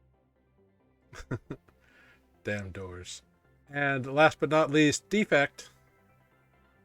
I, on the other hand, always love a good challenge. So bring on all the doors. Every door in this mountain. Bring it. I love it. Defect does two things: kicks ass and opens doors. Doors. We're all out of That's doors. an opens doors. We're all out of Of doors. doors. I'm Mike. Thank you guys for watching, and we'll see you next week. Glorious. And I am Jared. I have been your humble dungeon master here this evening. We're going to give a raid over to Lost Initiative tonight. So get in that raid, tell them they've been newly raided, and we will see you right here next week on Newly Forged. Thank you so much for being here. Sorry we ran a little bit late tonight, but that's it. Have a great night, everyone. See you all, cast and everything, next week here on Newly Forged. Bye. Goodbye.